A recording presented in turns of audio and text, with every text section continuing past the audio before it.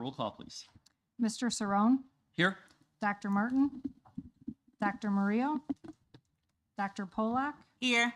Miss Robinson, Here. Miss C, Miss Wenmouth. Present.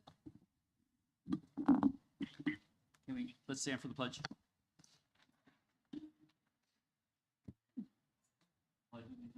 To the flag of the United States of America and to the republic, one nation, under God, indivisible, with liberty and justice for all.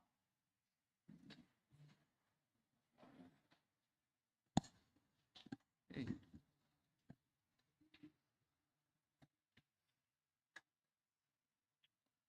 The first item on our agenda today is student recognition.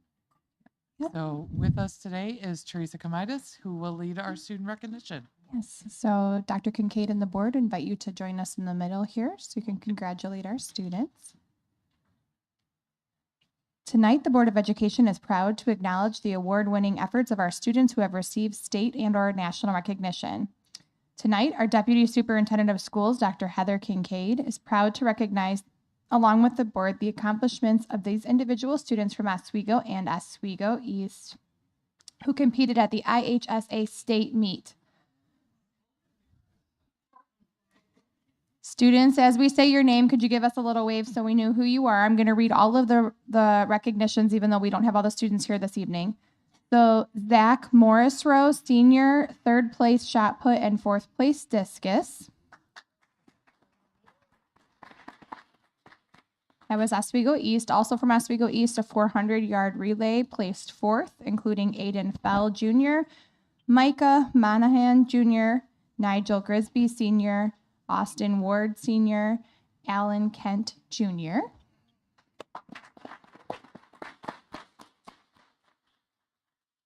And from Oswego High School, Dontrell Young, sophomore, 2nd place in 200, 4th place in 100, and 8th place in 400. Congratulations. And we're going to take a quick photo with you guys. So we will invite up if there's any coaches, advisors, administrators, anyone to join us.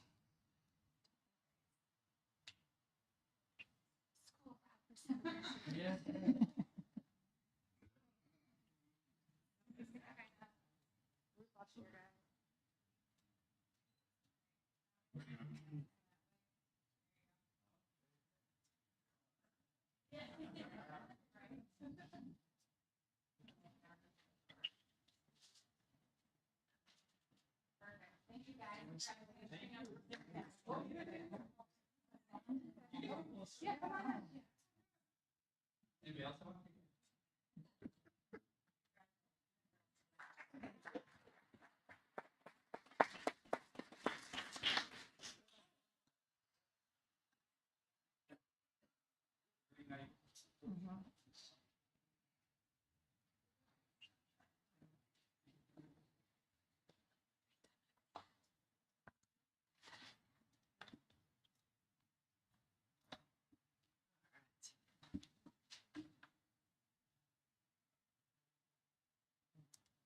Moving on to agenda item 5.1, approval of building administrator contracts. I have a motion. I make a motion to approve the building administrator contracts as discussed and presented. Second. Dr. Polak, Aye. Miss Robinson, Aye. Mr. Cerrone, Aye. Miss Wenmouth, Aye. Miss C. Aye. Motion passes 5-0.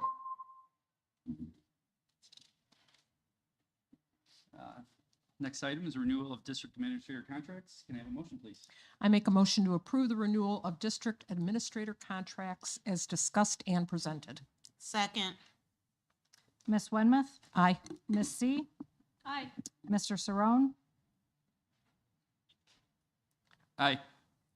Miss Robinson, Aye. Dr. Polak. Aye. Motion passes 5-0. And Dr. Kincaid? Thank you. So before we move on to our next action item, could we recognize our 2 building administrators that just got approved for their contract for the upcoming school year?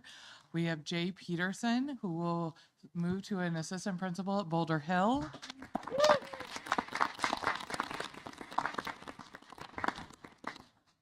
And we also have Joe Scarpino, who will move or join our district for the first time as a dean at Oswego High School. Yep, Oswego East High School. Thank you. Thank you both. That's it. Okay. What's a big one? Moving into action item 5.3, approval of professional agreement with the Oswego Custodial Maintenance Association. Can I have a motion, please? I make a motion to approve the professional agreement with the Oswego Custodial Maintenance Association as discussed and presented. Second. Ms. C, Aye. Mr. Saron, Aye. Ms. Robinson, Aye. Dr. Polak, Aye. Ms. Wenmuth. Aye. Motion passes 5-0.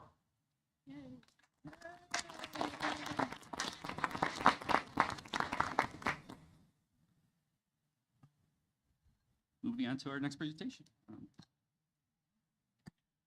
So we would like to welcome representatives from White and Company and McKinstry to lead our Phase 1 Long Range Master Facility Plan.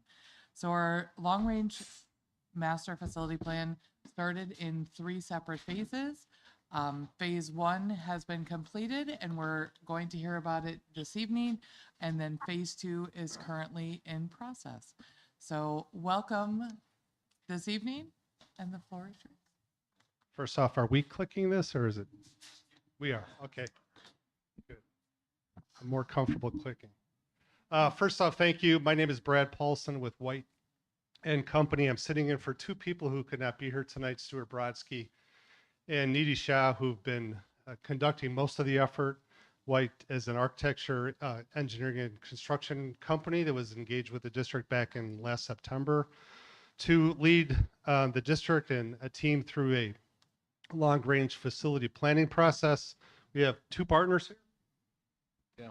Tim McAvoy, I'm with McKinstry. So we are a facilities consulting firm and construction firm, partner with White and Company on this. Jimmy Butler, project manager at McKinstry.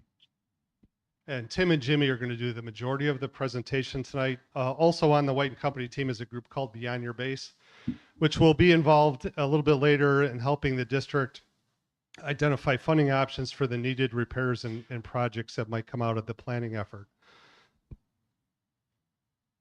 I already forgot to start clicking.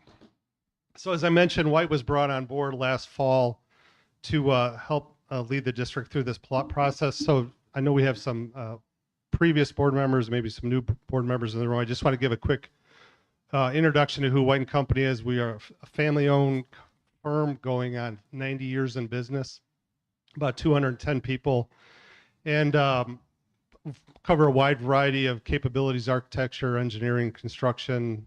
We have a transportation business, so pretty well-versed in all aspects of facility planning, design, etc. About 60% of our work is in PK through 12 education, and the vast majority of that is for public school districts.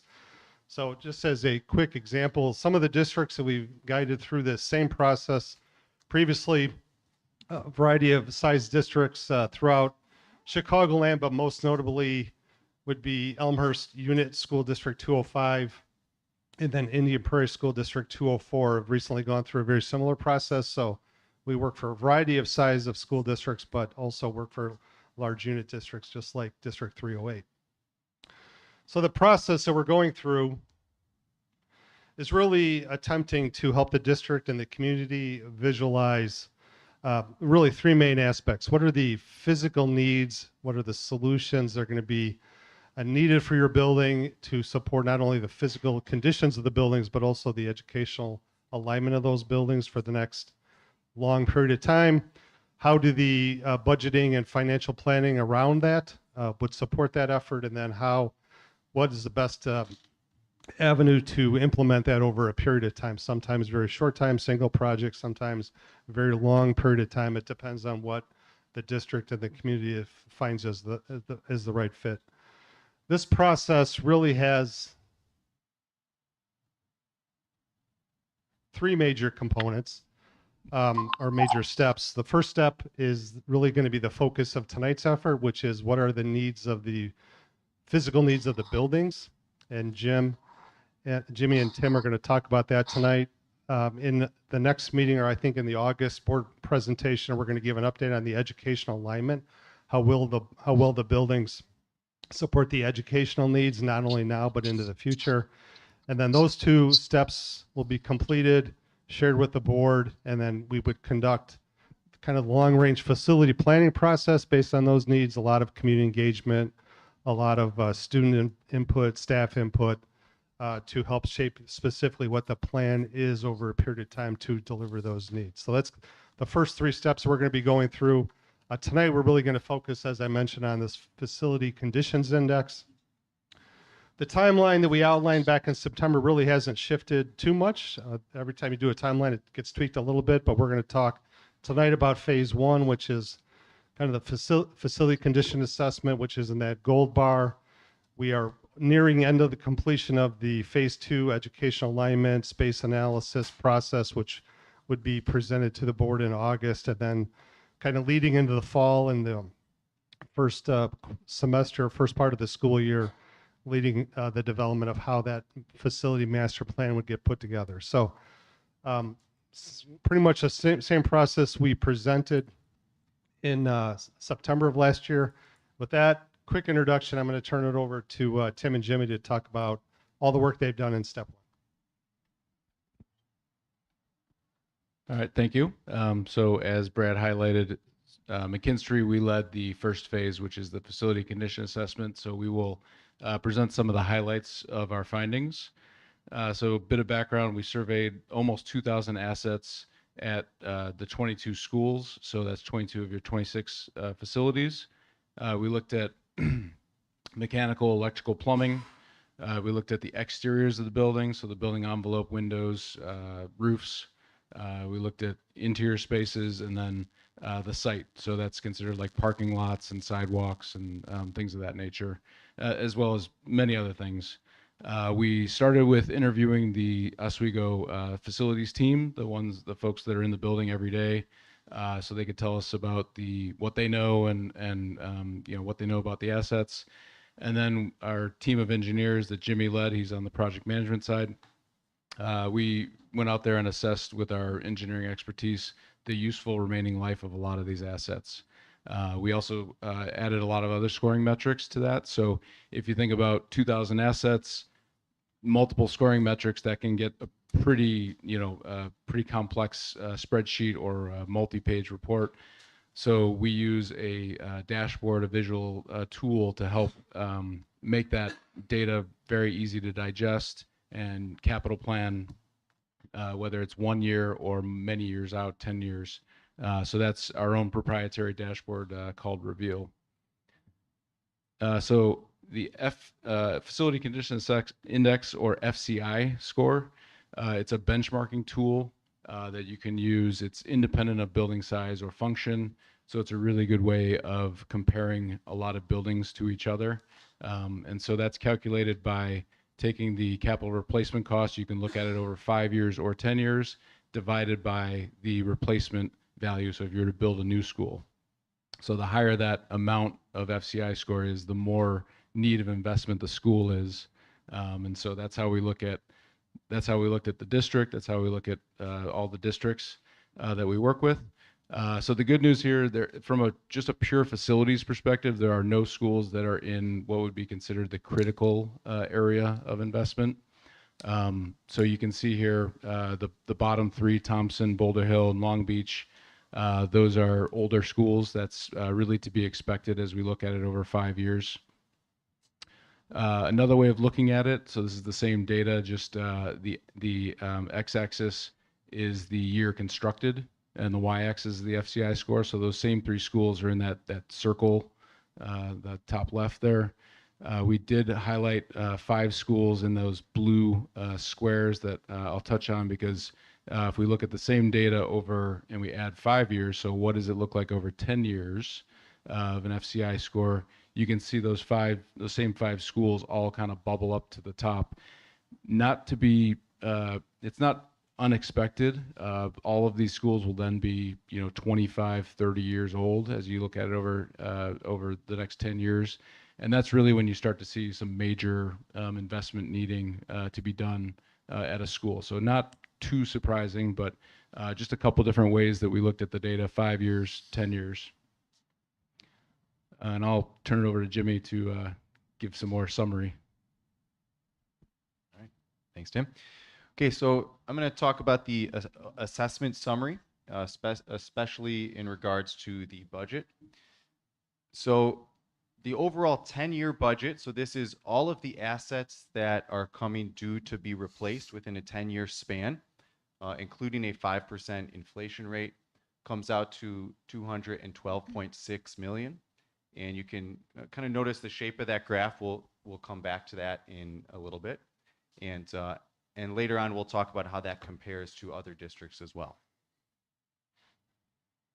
To break down that number into different building subsystems, so different parts of the building, that things like HVAC, roofing, flooring, exterior lighting, etc. These are common architecture and facility assessment categories.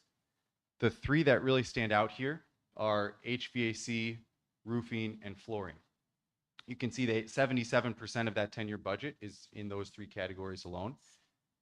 HVAC and roofing is very typical to be the top two in a school district. Those are both fairly expensive items and come up frequently for maintenance. Flooring is the one that's a little atypical and probably higher than we see.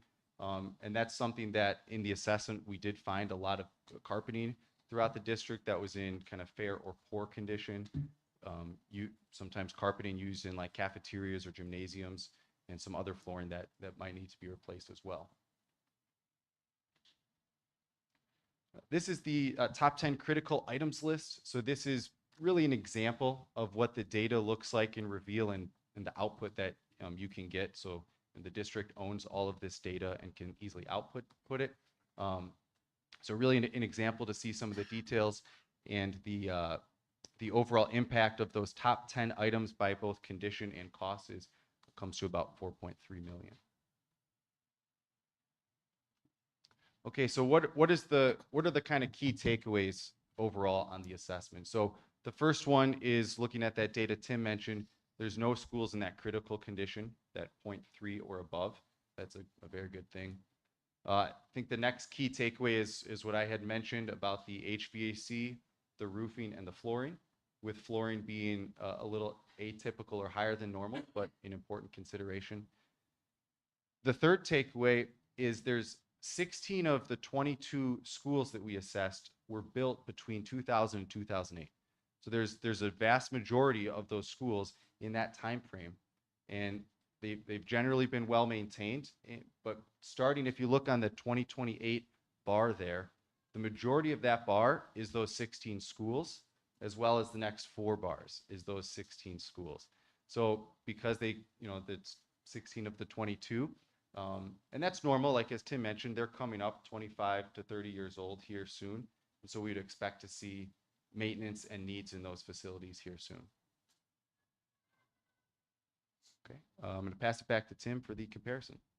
Yeah, so how does Oswego 308 compare to other districts that we've worked on? So we broke it down by number of facilities, total square feet, enrollment. The budget, we did normalize it for inflation, so that's why there's $60 million of inflation. If you look at 5% over 10 years, it's a staggering number, but that's where that 212 comes down to 152. And then broke it down and ranked it by budget per square feet. And you can see it actually ranks pretty good from that perspective. And we attributed that to a couple things. I think the facilities team has done a really good job maintaining the schools. So that's to be commended. In addition, really the age of the schools, as Jimmy just touched on, 16 of 22, that's a pretty new district relative to some of the other districts that we're looking at that we're comparing here. This is in Illinois and Wisconsin. So it's probably a big number that you're looking at, but relatively speaking, per square feet, it is a manageable number. All right. want to touch on just real quick some of the additional deliverables as we touched on Reveal as a dashboard. We're using it for capital planning for this purpose.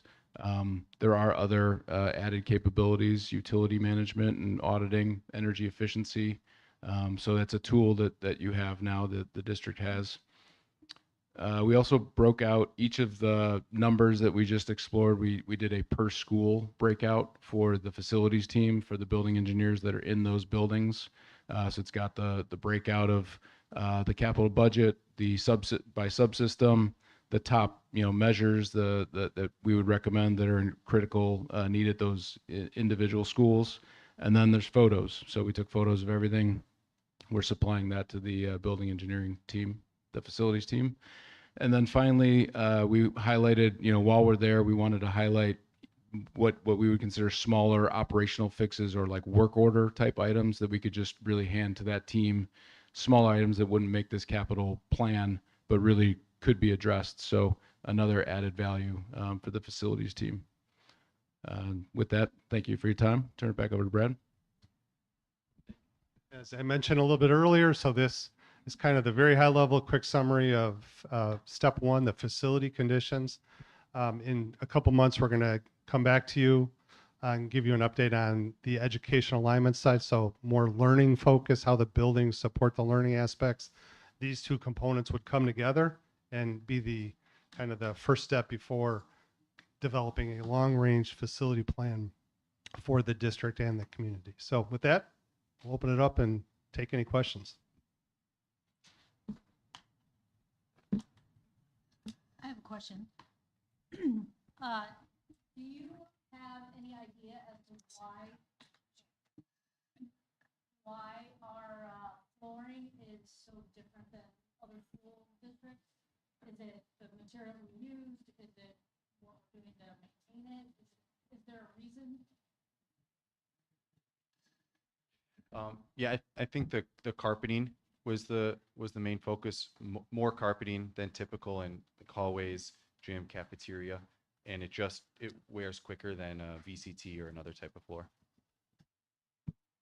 So we're probably not at that point yet, but when we do the replacement, I assume we would be addressing flooring versus carpeting. Yeah. Correct? Like we're not going to have carpeting in any gyms anymore, right? Yeah, I've been doing this a long time. I've never seen a school district with so many carpeting. In gyms, in cafeteria, I mean, just so many places. And the thing with carpeting, over time, they don't hold up well for high traffic. We know, especially with fluid, all kinds of fluid, with food, after a couple of years, they just degrade. And so, to your point, when it's time for replacement, we'll do VCT, which is easier to clean, and they just shine. And you don't have to worry, they don't absorb liquid and moisture the way carpet does. I have a question. So can we anticipate, and I know you said in August, so maybe I'm just asking questions that I know you will probably answer, but will we see a differentiation between the facility condition assessment and the space and needs, like that, not the space and needs, but the educational assessment? Like, will we see a difference in August? And then is one prioritized over the other? Well, you're certainly going to see a difference because we're looking at the buildings with a completely different lens. Mm-hmm. So the first piece is more the physical needs, the infrastructure, the condition of the building. Second piece is more how learning is happening in the schools, how the buildings support that, how does it align with the strategic direction of where the district wants to go. So it's going to be a totally different lens. The art of the planning process would follow that is how do you bring those two things together to create what the right solution for implementation is? How do you implement that over time? How is the most cost-effective way to do that? For example, you don't want to go in and replace flooring in year one, come back a few years later, do ceiling and lighting, and then decide 3 years later you want to totally change, how the classroom is laid out, and we want to convert a room into a science lab. So it's a much more, that's why we collect these two buckets of data together before we begin developing the proposed solutions that, of course, the community would get a lot of feedback to weigh in what's the right solution. So Thank it's a long answer to a simple question, totally different lens in a few months. Thank you. Even the data collection was very different in terms of the walkthroughs and the groups of people that came together to provide feedback on phase one and phase two. So as noted for phase two, White and Company will come back in August to present a more educational lens to their findings. Thank you. Good afternoon, good evening, everyone. Just a quick question. Can you all hear me? Yes. Yes, Okay, just double check. might be a delay. Thank you all for, just one quick question was, when you look at the number of buildings who need support at this particular time, is that typical or is that atypical? The fact that we have 16 buildings and then the impact of, all of them being so close in terms of their needs, that does not feel typical in your experience. Is that correct? It's not typical, but I would say that it is typical for a district like yours that experienced so much growth at the same period of time. One of the other districts that I mentioned, Indian Prairie District 204, south part of Naperville and Aurora, just kind of a little bit ECU, same situation. They had a lot of buildings built over an 18-year period. It's like you and your family decided to buy 2 cars at the same time. You're going to get to another period in a few years where the maintenance is all coming due at the same time. You're going to be making decisions if you want to buy new cars or you just want to repair the cars. That's just a reality of the way this district grew, and it's not typical, but it's not atypical for communities that grew like you. Got it. Thank you. Yeah, the only thing that really strikes me is the, 5 million in 2025 and then 32 million in 2029. Mr. Obafemi, what are we typically, budgeting for maintenance? Now, before the last couple of years, I couldn't speak to that. In looking at the budget, it didn't seem like we budgeted a whole lot Right. for operation and maintenance.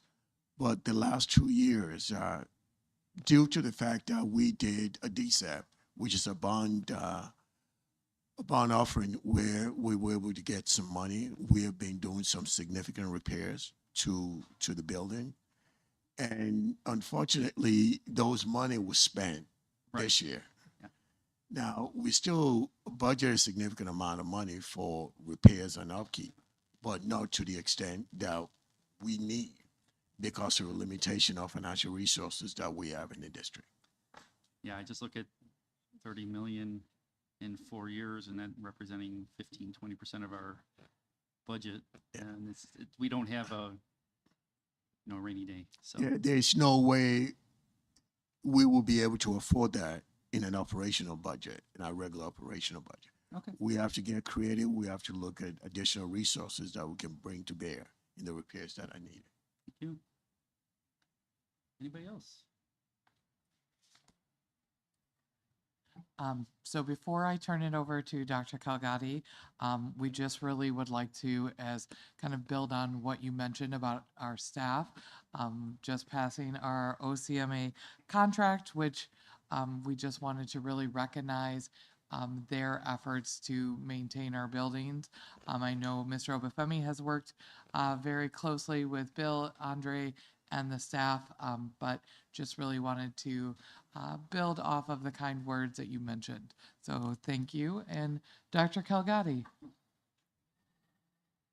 Thank you, Dr. Kincaid. I just wanted to echo that and also thank this board and the prior board for their investment of time and review and attention to this. Really thinking about how we are custodians of supporting the funds of our taxpayers, and at the core of that is really the most important resource, which is our schools, both the physical plant and as well all the attention to the way in which our programs are able to support the needs of our students. And so both White Company has done a great job so far, and we really thank them for their dedication and support. But also, I really want to echo the appreciation for the staff and as well to the board. And it is the main reason why I really want to join this evening. This is a very important moment for our district, and this is an opportunity that I could not miss. And I want to thank everybody for their leadership and organizing this. And with that, I'll just continue to listen in, and thank you all. Thank you from the wilderness in Vancouver, right? Yeah. So. Yeah, so I'm swatting off some bears right now, but we'll be okay.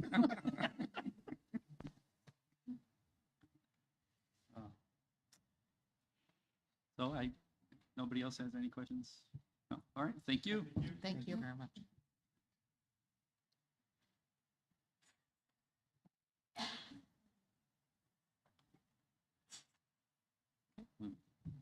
Moving on to superintendent's report. I don't know. So first and foremost, I'd like to just welcome everyone. It's been a pleasure to honor our students at the beginning of our meeting. So always a great way to end their athletic endeavors also. But on a note of seriousness, before we move on, I really would like to acknowledge some of our transportation difficulties and challenges that we had at the start of Summer Connections and our extended school year, our ESY program. We understand how frustrating the issues are, not only to our parents and our families, but also to our staff. So we've been reviewing our processes and holding internal meetings, really with the eye to not only analyze what occurred, but then implement changes that will be put into play this August. So as we know, focusing really on that communication, both timing and clarity as we work to strengthen our ridership and our use of our transportation system. So moving on to some highlights, our sports camp are in full swing. So we've got some more kicking off over the next couple of weeks. So we encourage all of our families to really look at the list of opportunities on the district website. We also want to remind, kind of in conjunction with that, great time to make sure you have your school physicals and immunizations booked and ready before that back to school season hits. We also have up-to-date requirements and resources in our health services section on our website if you have any questions about what impacts your student. So at this point, I'd like to turn it over to our board members for some additional shout outs and recognitions.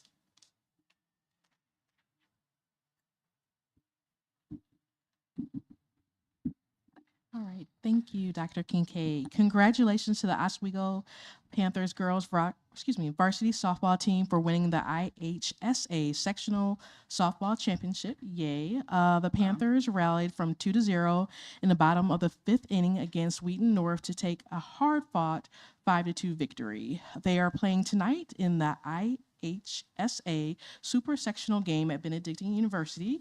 The winner of this game will advance to the IHSA State Finals. We're very proud of your incredible season, Lady Panthers.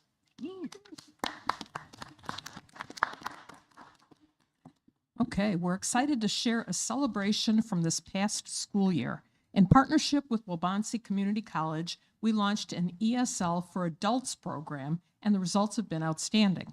A total of 44 adults participated, averaging 41 hours of attendance over the 4-month course. Of the 28 who completed a post-test, 22 showed improvement in their English proficiency, and 16 achieved a significant level gain. According to Waubonsie, those kinds of gains typically require 70 or more hours of instruction, but our people are sharp. 70 more hours of instruction, making our participants' progress especially impressive. Thank you to everyone who helped make this opportunity possible. We are making a meaningful difference in the lives of our adult learners. Very nice. That's great. Have you registered your student for next year? Registration is open online for all and new all new and returning SD308 students. Your attention to this matter is important. Having accurate counts early assists with classroom and space planning and transportation and staff hiring. Visit the district website for information and register today. The Kendall County Health Department is offering 2025 back-to-school immunization clinics by appointment only for eligible children through the Illinois Vaccine for Children VFC program. Clinics are scheduled now through October. Appointments can be requested by visiting the health department's website at kendallhealth.org. A full listing of required vaccines and physicals by grade level can be found on our district website. Great. Moving on to 7.2, board member comments. So I'll start. Go ahead. Dominic and I joined some students, staff, teachers yesterday at the Aurora Pride Parade, as you could tell by the shirt that I'm wearing, and marched along with representing District 308. This is the third year that I've done it, and I know it's gone on for several years beyond that, but we were really well represented. And additionally, there were several other parents, Susan, I saw you there, parents and staff members that were at the parade, but were actually working or marching with other organizations. So overall, 308 was really, really well represented. It was a wonderful time. It was peaceful. It was well run. And we had a good time. Also, just wanted to remind everyone that Prairie Fest is this weekend. So big community events. I know they do it over Father's Day weekend. I'm not quite sure why, but they do. I'll be out there. I'll be out there every day. There's a Prairie Fest parade on Sunday morning. So if you have the opportunity, come with us and represent 308. And if you do, we'll see you there. Mary Jo? No? Okay.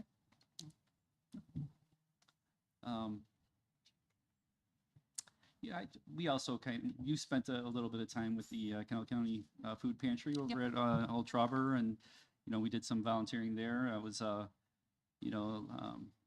it's great to volunteer. It's great to help the community, and then we also collectively we attended quite a few of the junior high graduations. I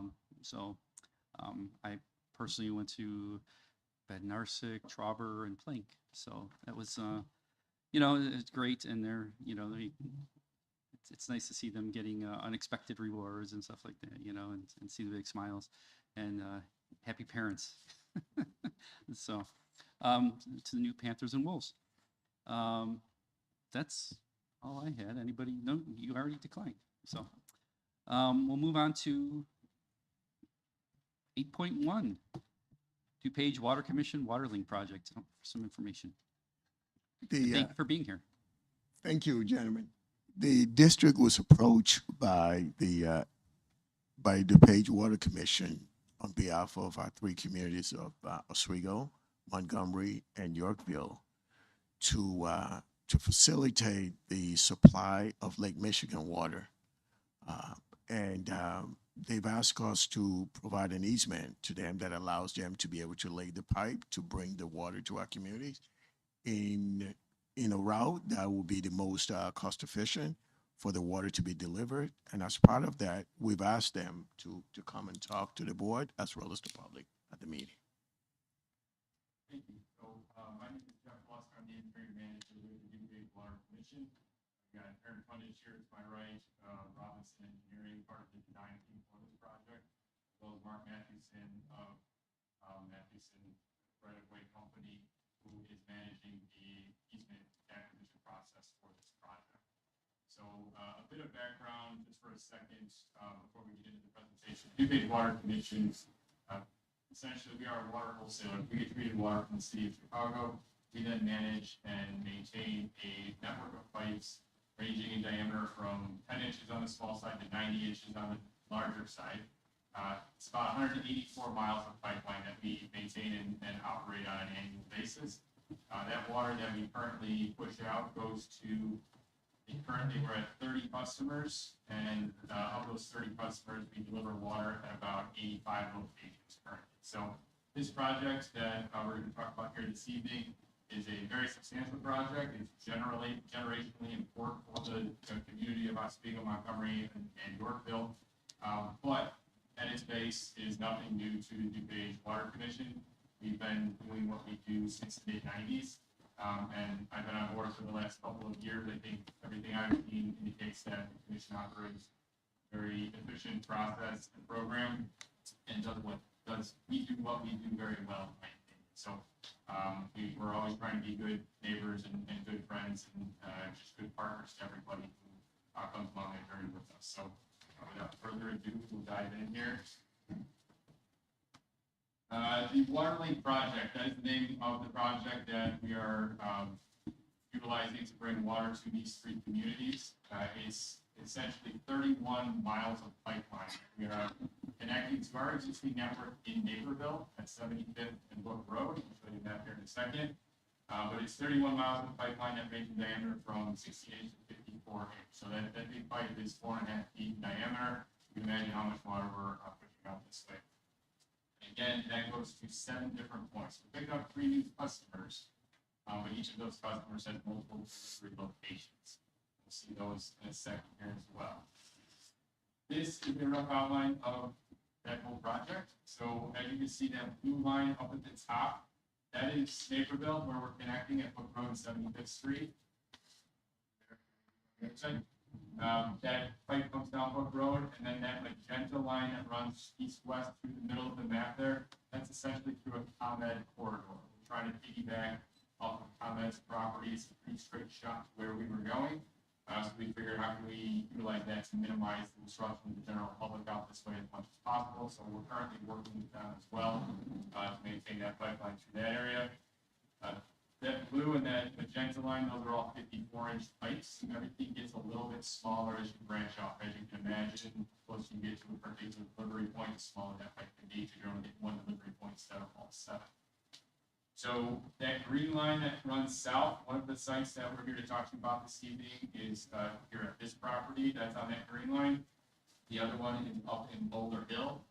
And then you can see those 7 blue pentagons. Those are those 7 delivery structure or delivery parcels where we will be handing off the water to Montgomery, Oswego, and Yorkville.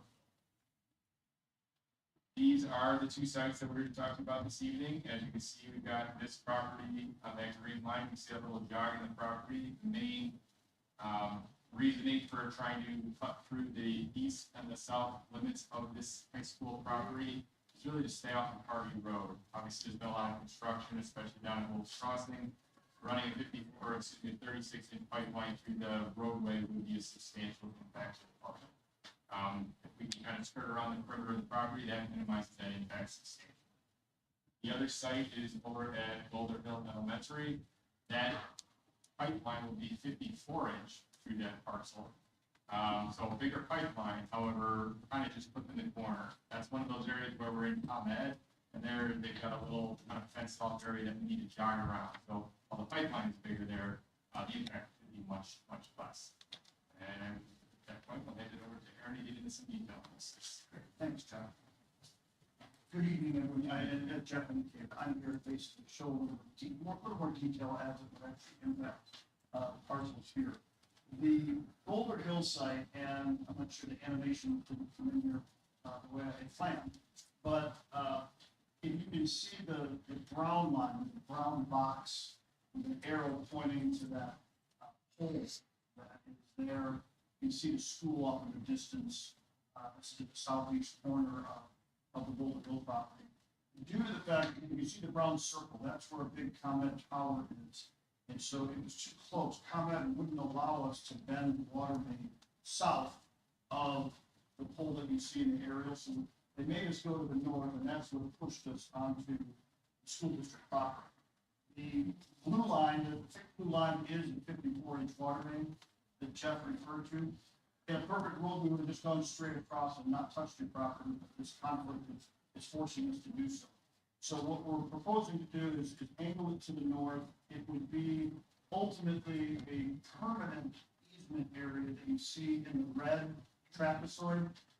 That area is a little less than 3,700 square feet, which when you add that up, it's really like less than a tenth of an acre. It's a really small permanent easement area. But to build the water main, we're gonna need a little bit more construction staging area. And so that's represented by that purple rectangle, but all in, at 5,800 square feet on the temporary easement, that's a little more than a tenth of an acre. Coming up on maybe 1,500. So the impact there, especially with really no impact to school itself, to ball fields, to really any other facilities at the school. It's going to temporarily upset the grass in that corner. It will be completely restored after the ground is settled. In the long run, there's nothing that at the surface at this site that you'll ever see. It'll be a pipeline that's probably about 10 feet deep in the ground.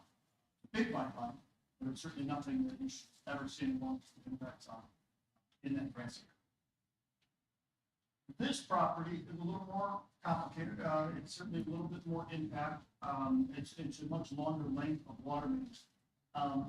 And as Jeff indicated earlier, we do know that a couple of years ago when the roundabout was built, it was very difficult, not just for school traffic and school users, all the residents in the subdivision across the street, and really regionally, because Wolf's Crossing is getting busier and busier. We all know that. And so the idea of trying to avoid impacting all of the motoring public 2 times within 5 years or 4 years was something that we had the idea that part of the problem with that area now, even more so than it would have been prior to that roadway movement, is there are so many new utilities further south when we get toward Wolf's Crossing. It would have forced us to put this water main under the pavement, really right across almost the entire frontage of Harvey Road, the Harvey Road side of your property. So we thought that if there was a way to work with the school district and have an easement in the grass, the opposites, on the other side of the tree line that's there, while saving the tree line.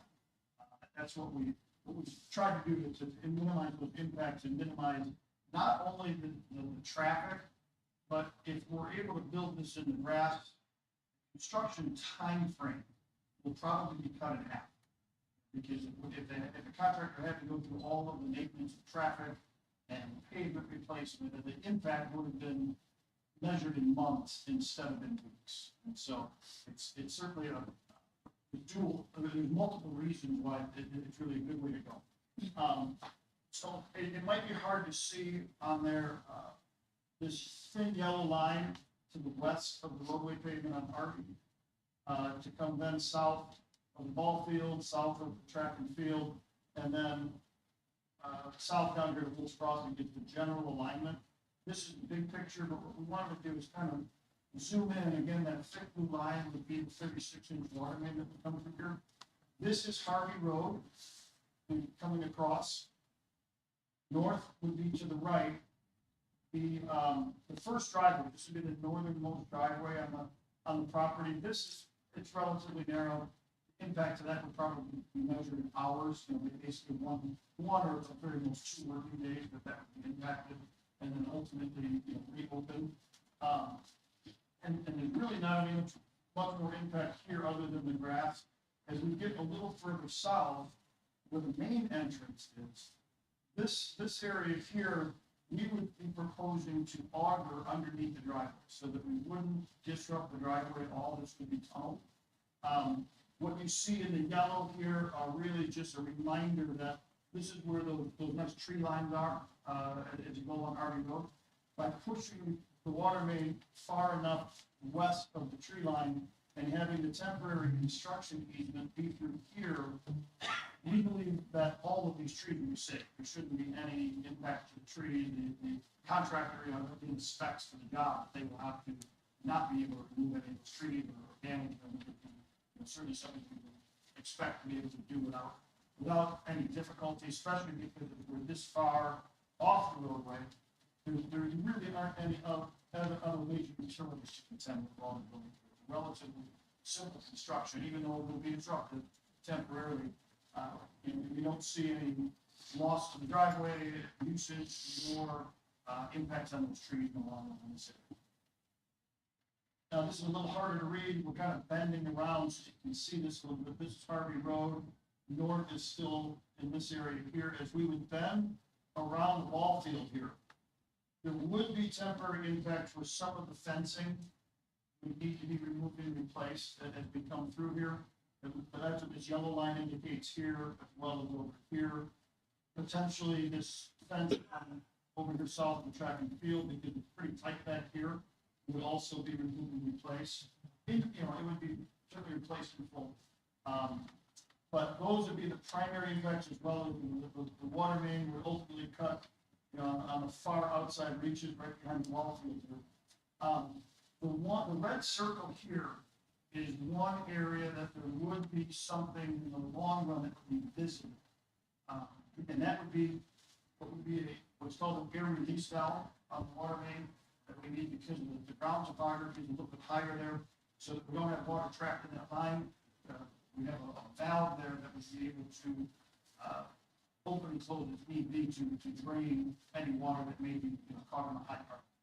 So this is something that would be placed in a manhole, and it would ultimately, from all intents and purposes, you can see a manhole that once in a while, maintenance staff from the Water Commission would come out to exercise that valve, and if it was necessary, I'm not even sure how often.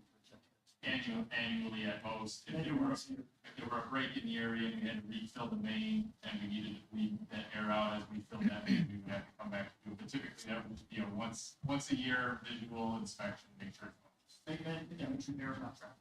So that is the basic water main on the south side of where the ball fields are. And then to the south, the school district does own a strip of land in here. And I think it's on a couple of different parcels that ultimately comes all the way down to Wolf's Crossing. I'm not sure if that distance is necessarily the scale. I'm trying to fit all the slides here for you. And by the same token, there would be 3 valve structures that would be fairly close to the Wolf Road right of way. And again, we would push them this far north primarily due to other utilities that are already kind of in the way here along Wolf's Crossing.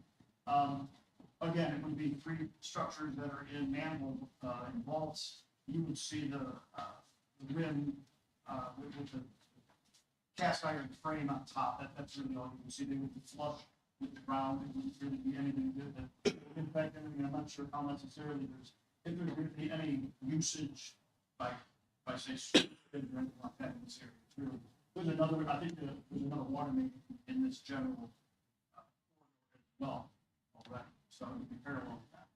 And then we would be crossing Wolf's Crossing, and then be on the south side of Wolf's Crossing. There would be no impact to the school district driveway at this location. All the construction would be south of the road. So that's the general details of as it would impact the property.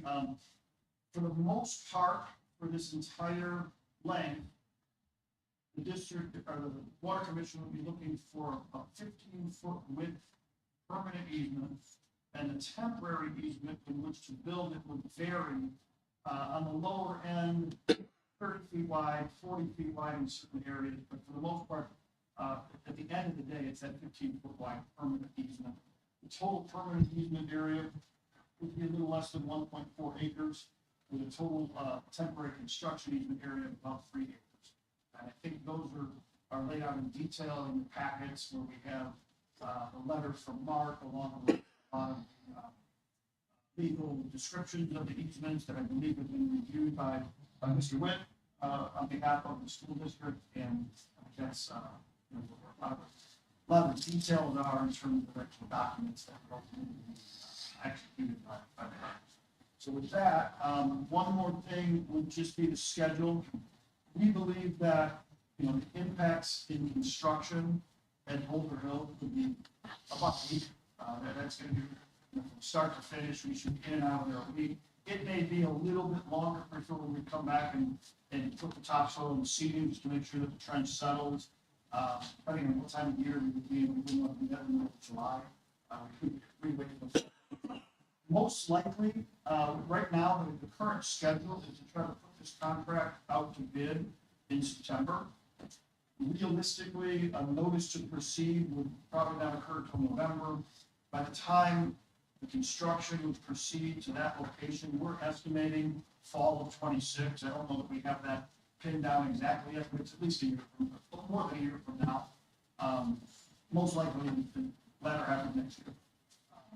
At the high school site, that contract is scheduled to bid the following month in October, so it will be slightly behind. We did have some preliminary conversation with Raphael and Stu and Bill Queen and Todd Roberts, and we understand that it would be preferable to have that construction that would impact the ball field during the end of July. Activity would be lowest. So we were going to put that into the specifications for the project and mandate that impacts, as it would impact ball field especially, would be high. We do believe that because of the length of all the water mains that need to be built, allowing for certain even in weather, a 6 to 8 week time frame total from the northern tip of the high school property to the southern tip is about what we think that would be 6 to 8 weeks. So with that, I think we wanted to open up the questions at the end. Especially the project here at Oswego East. You said 6 to 8 weeks roughly. How invasive will it be relative to students and traffic? I know you're talking about starting potentially in July, but will there be roads blocked off? Will there be roads narrowed, or what will be the actual impact? Roads meaning Harvey Road or Wills Crossing, or do you mean the driveways to the school? Any of it. Okay. The only pavement that would be really impacted would be the northernmost driveway on Harvey Road, the narrower driveway. Okay. We're going to tunnel underneath the main entrance, so we wouldn't anticipate any necessary closure of that entrance at all. And the fact that the overall water main would be entirely on the school property, in these corridors, we would not have any construction that would impact or close the roads on Harvey or Wills Crossing. Okay. And also, no impact to your driveway and on the south end that goes out to Wills Crossing. We'll be on the opposite side of the street. Okay.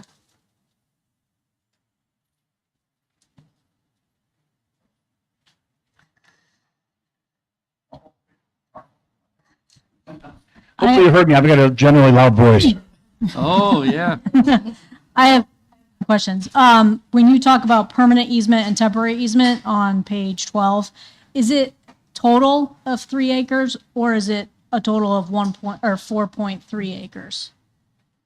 That would be the temporary easement area is a total of 3 acres, 2 different things, they're apples and oranges. So you add them together. So, 3 acres is temporary easement, and 1.4 roughly is permanent. I think she's asking, is the 1.4 contained within the 3? Yeah.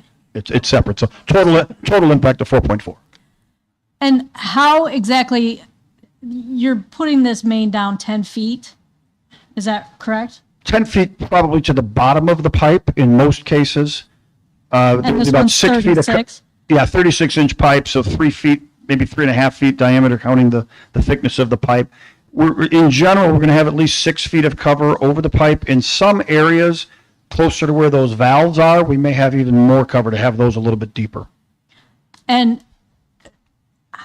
so you're going to have an excavator out basically digging down 6 feet and 4 or 5 feet wide? Is that? Well, they'd probably be digging down about 10 feet to Okay. lay that in the bottom of that trench. I'd say the width of that excavation is most likely going to be about 8 feet wide, 8 to 9 feet wide. They'll probably be pulling a trench box through, and generally those have about an 8 foot diameter or 8 foot width. And what kind of security are you going to have to make sure nobody goes into the hole? Is it all going to be fenced off? There's fencing accounted for on the project, as well as in the specifications. They're currently written so that the contractor's not allowed to open up any more of the trench than they are able to backfill in a day. So nobody's walking away from an open trench. Okay. Now, while they're digging it, obviously there's a Right. deep trench, but that's going to be staffed, and they're not allowed to walk away from that on a daily basis. It's to be backfilled. And There will not be a moat built around. The north entrance that you guys are gonna interrupt for a little while, is there a way to put that in the specification that that be done first? Because if we're getting in 6 weeks into, halfway through August, that's where parents drop off their kids, and that's a hot mess. We can certainly do that. And from a logistics standpoint, the contractor would most likely be going from north to south. So that's likely the case, but we can certainly work that in as well. I have a question for you. Are other public agencies or school districts impacted by this project? I'm trying to think if there. Well, there's villages, so Kendall counties. Multiple agencies. Naperville Park District is one. Oswego Park District is one. There are multiple highway authorities. I'm not sure if there's any other school districts at the top of my head. That's what I can't think of. Yeah, this is the only school district. But multiple public and private entities. There will be over 100 different easements ultimately obtained for the project. Some of them are from farmers, some of them are from businesses, some of them are from, as I mentioned, park districts. There's obviously School District 308. There are some that are even on village property, Village of Oswego, Village of Yorkville, that will be granting easements to the Water Commission for the future maintenance of those facilities. And then my second question is, even though it is underground, are there long-term implications to this project? Like if there may be other construction needs, would it impact our ability to do that as a district? Certainly shouldn't be. You put the pipe in the ground, it should last for its design life. There are certain things you need to do to make sure that it reaches its design life. I won't get into the nuances of cathodic protection, but if you put a metal or any kind of pipe in the ground over time, it's going to corrode. There's certain measures that can be taken to help prevent that and mitigate that. But that's a passive system for the most part, especially in an area like this. We try to maintain the annual inspections for those portions that we talked about earlier, where there's a lid that you would see. We pop those open on an annual basis, make sure nothing's leaking, because if something does happen to leak, that leaking water can create bigger problems. But for the most part, unless somebody hits it with some other project or is augering something and it pops into our pipe, that pipe, for the most part, should just be in the ground and for decades and decades not require any effort. It shouldn't require anything on your behalf, certainly shouldn't require anything on ours other than to make sure we're being vigilant in maintaining it properly. Thank you.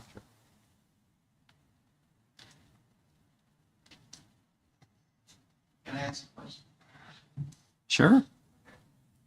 At the end of the day, when the project's done, you've got one manhole out here east of the building, which is near the ball field. And you've got 3 manholes at the far southeast corner down by Murphy. That's correct. Everything else is underground. Correct. Can you summarize this question, because you have the mic? The only visible infrastructure you would see will be 4 manhole lids, for lack of a better term, one of which will be over by the ball fields, kind of between the ball fields. The other 3 will be at the south end of the property, just north of Wolf's Crossing. Those will be the only at-grade components of this project. There will be nothing higher than that, nothing above grade. I do have a question, but I want to. I don't have any further. Wait, I got one quick one. Go ahead. If there's a leak in the main, you guys take care of that, and the disruption shouldn't be horrendous because it would just be that section that's leaking. Correct, and that's why we need that 15-foot easement, just so we can access it depending on where it is along that pipeline. We would access that location and address that leak. And depending on whatever material ends up being chosen, you section out the pipe and you splice in a new section, and it's done. We just fixed a leak in Lombard a week ago. It's nothing new. The idea is we're maintaining it so that that doesn't happen, but the one we just had to fix was because AT&T 20 years ago bored alongside of it and created that corrosion. It expedited that. So those are the things we try to stay on top of. Where we can't, we certainly address them as quickly as possible. So my question, I don't think you were on mic when you were talking about the disruption that you would be avoiding. I would like to, hear that again, as well as a little bit more detail, a little bit more of, you said weeks instead of months of disruption. are you talking traffic disruption would occur if we didn't do something like this, or, you know, kind of, Yes, traffic. help me understand what we're avoiding by Sure. doing this, yeah, so, and what benefit this is. Yeah, the benefit of the easement is to be able to basically put the water main, as we just described, in the grass, crossing underneath a couple of driveways, but by and large, it's entirely in the grass. If not, because of the existing utilities that are already along Harvey Road, and even especially where the roundabout was just built, there's much more there than there used to be. Okay. The only way we could potentially align the water main within the public right-of-way would be under the pavement of Harvey Road. Probably for the vast majority of your property line along Harvey. And the reality of, as Jeff had even indicated, you know, the contractor is required to excavate and then backfill the hole each day. That's a more complicated operation and a slower operation when they've also got to maintain traffic as it's coming by, because it wouldn't necessarily be viewed favorably by the community if we had a full road closure. So the idea of having to maintain traffic while the contractor is working, it probably cuts their production time in half or thereabouts. What you're proposing, cuts it in half? Yes. Okay. Yeah, so that's why I say it would be Without measured in that. disruption. Correct. Without disruption to traffic, it would be a 6 to 8 week operation instead of probably 3 to 4 months With to traffic make. disruption. Correct. Okay. Correct. So- And you know, truth be told, additional taxpayer expense too, because it's a lot less expensive to replace the grass than it is to replace all that pavement that would be disrupted too. Well, and then all the time spent. All the time spent, and even maintaining the traffic is not free. That requires a whole nother operation by the contractor And to do that safely. My time is money too. You That's know? right. And so- Yeah, the motoring public would Yeah. have no impact really through this process. Okay. Anything further then? No?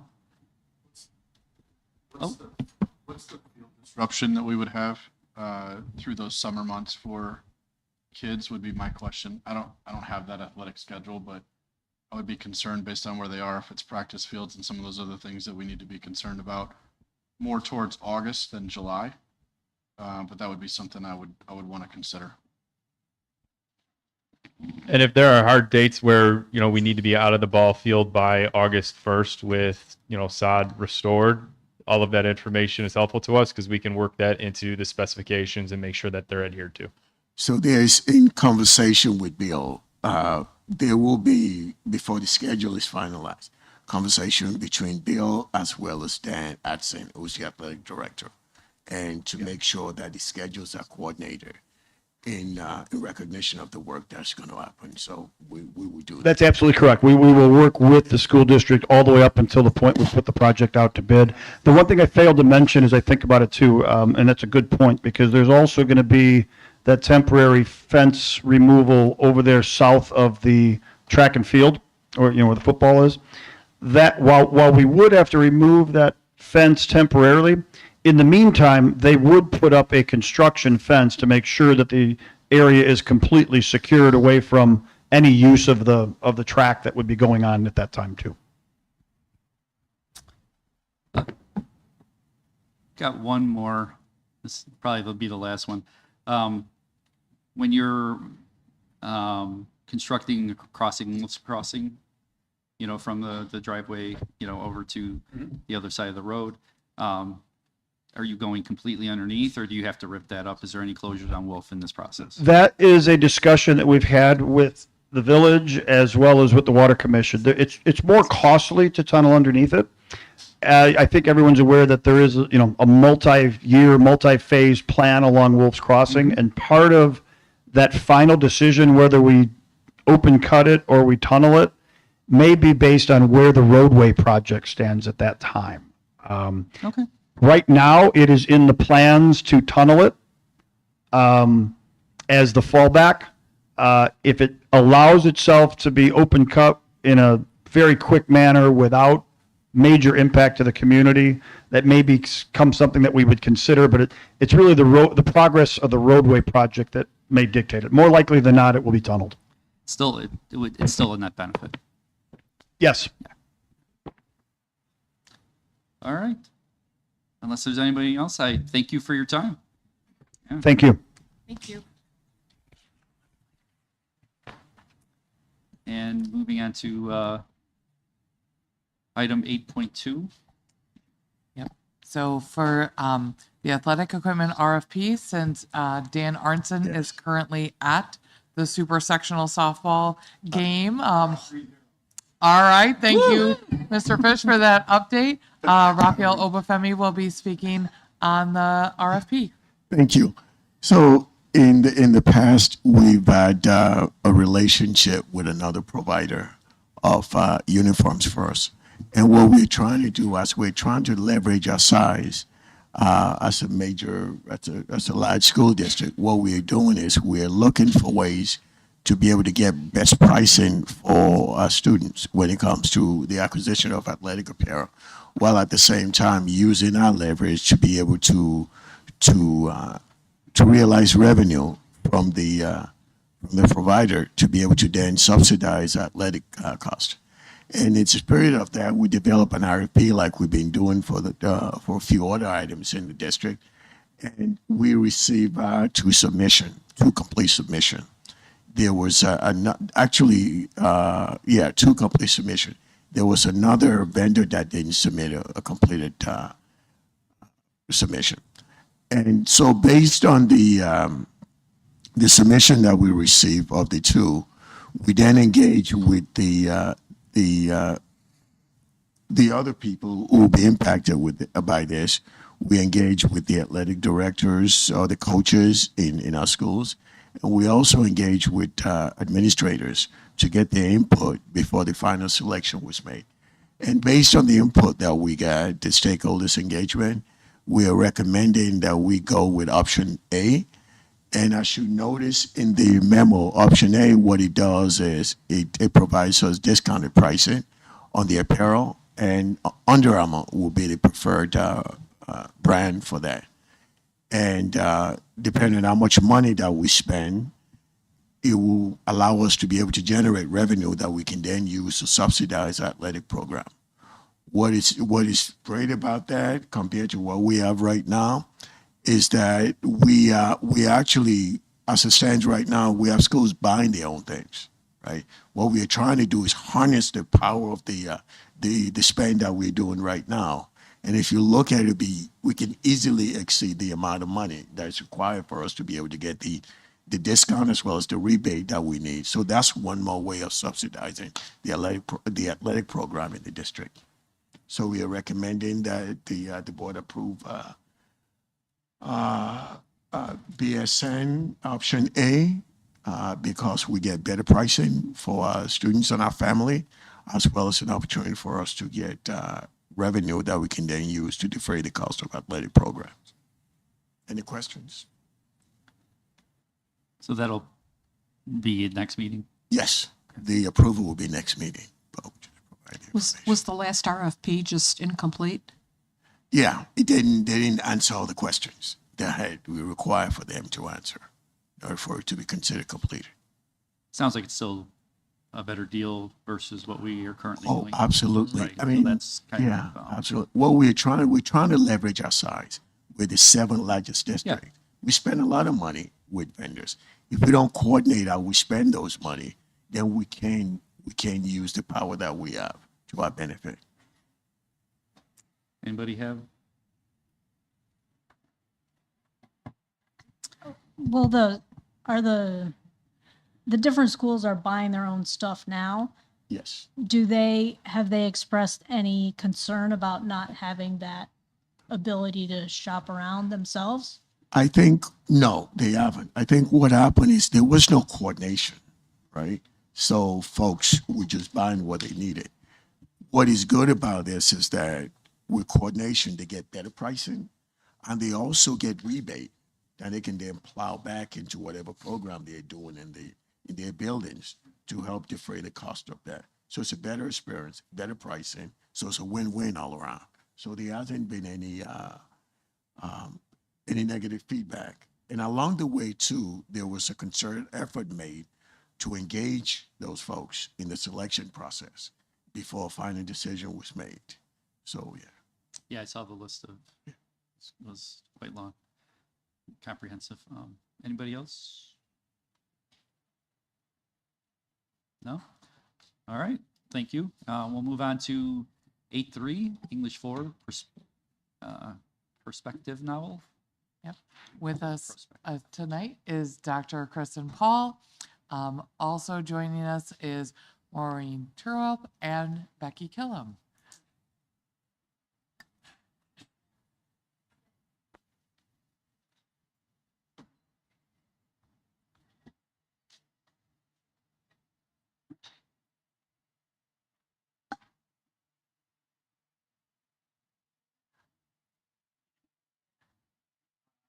Doesn't sound like it. But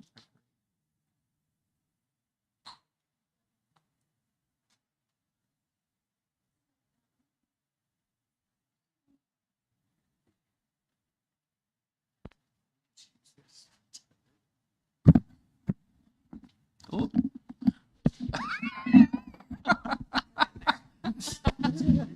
Well, I think we'll get there. Let's work a shot. Thank you so much. Thank you. Thank you, Maureen. That was very nice of you, Raphael. That was very nice of you, Raphael. Nice Thank try, you for you the know. team effort Yes, there. yeah. Hi, everyone. I'm Kristen Paul, Assistant Superintendent of Learning and Innovation, and I'm here with some colleagues of mine to present to you a novel for your review and information this evening. We wanted to share with you really our focus this year when we do a curriculum review and looking at text selection is really wanting to identify alignment with our rigorous curriculum that we're teaching in our classes, as well as really establish our rightful presence in our classrooms. And that's a priority to us. And you'll see that through this presentation that will come out. And the reason why we selected this novel for your information this evening, as I shared, I'm Kristen Paul, Assistant Superintendent of Learning and Innovation, and I'll have Maureen and Becky introduce themselves to you now. Hi, I'm Becky Killam. I am the EL coordinator at Oswego East High School. And my name is Maureen Terwelp. I'm the EL coordinator at Oswego High School. English learners? English learner or Okay. multilingual department. Yeah, I'm kind of making No, I that just transition. okay. Yeah, no, that's So throughout the process, I know Maureen and I, as well as a couple of our teachers who teach this, we're just kind of looking to refresh our novel selection. And it was brought forth by one of our teachers and kind of we reviewed it. And then when we brought it forth, this was a group of people from both high schools with administration and district administration who all read the book. And then we met for a couple hours to kind of just discuss, what educational highlights and how we could use it within the classroom.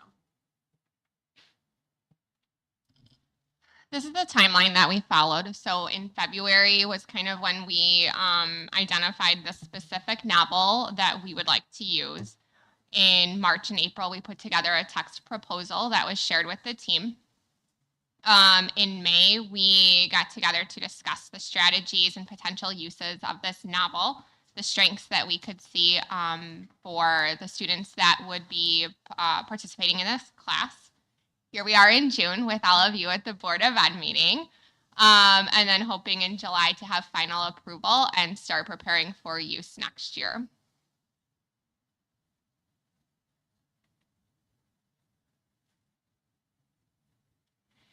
These are some of the things we considered when we were thinking about the novel, and I just want to go into what the novel is. Is that okay? Okay, so the novel is called Solito. It's a memoir written by Javier Zamora. We're really excited for the opportunity to possibly have our students read this novel because we think they're really going to connect with it. Not only connect with it based on the stories and experiences that they've had, but also be able to practice all of the English curriculum and skills that they've been learning for the past 12 years. This will be used with our seniors in our English 4 class. So when we were considering the text and the summative assessments that they'd be using and the discussions they'd be having in classes, these are kind of some of the things we focused on. The English language arts standards, they of course will be integrated within this novel. They'll still be practicing things like, quote integration and themes and summaries and things like that. We think that the text is complex to where the students are going to be exposed to lots of new vocabulary and sentence structure, but also attainable. We think that it will fall in line perfectly with our summatives. The students right now do a lot of reflective writing that helps support them as they move on to either jobs or colleges. Reading a memoir, I think, would just really help support what they're already doing for those summatives. And then just kind of towards the bottom there with the literary merit, we loved that it was a memoir, and it is from a perspective that a lot of our students have also either experienced or maybe heard of through different family members or people in their community. It has a recent publication date of 2022, so it is, within the last couple of years. And it is well reviewed. It's a New York Times bestseller along with other awards.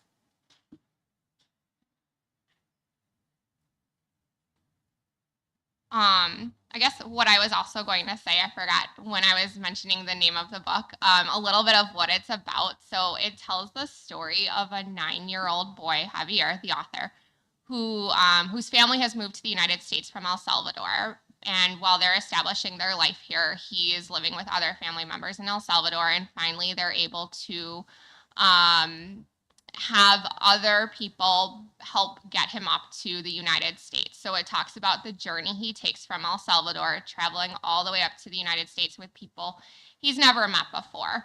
And I think one of the things we really love is that a lot of our students, not just our students, but our students in SD308 have experienced some trauma and hardships. And we love the message of resiliency and hope and identity and belonging and things that we're seeing our students needing, and the opportunity that this novel will provide for us as teachers and schools to help these students navigate that, especially before we send them out, after high school. So these are the different types of novels we have in our English classes. There's core texts and choice texts.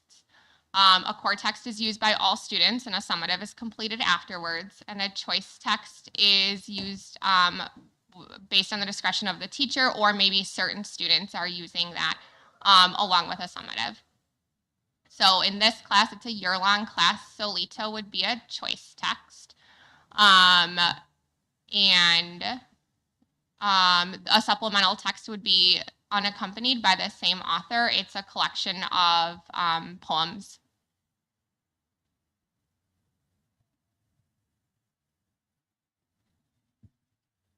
So we have all the details in the board memo for you to review, but just wanted to give you the overall cost of what this would be. You can see that we're running 2 sections at Oswego East and 1 section at Oswego High School. We will have the text available in Spanish and in English, as well as audio files in English and in Spanish as well. There is a barcode cost you can see here, and then also some additional copies of the unaccompanied supplemental text you can see, and then the total cost projected for next year is listed here.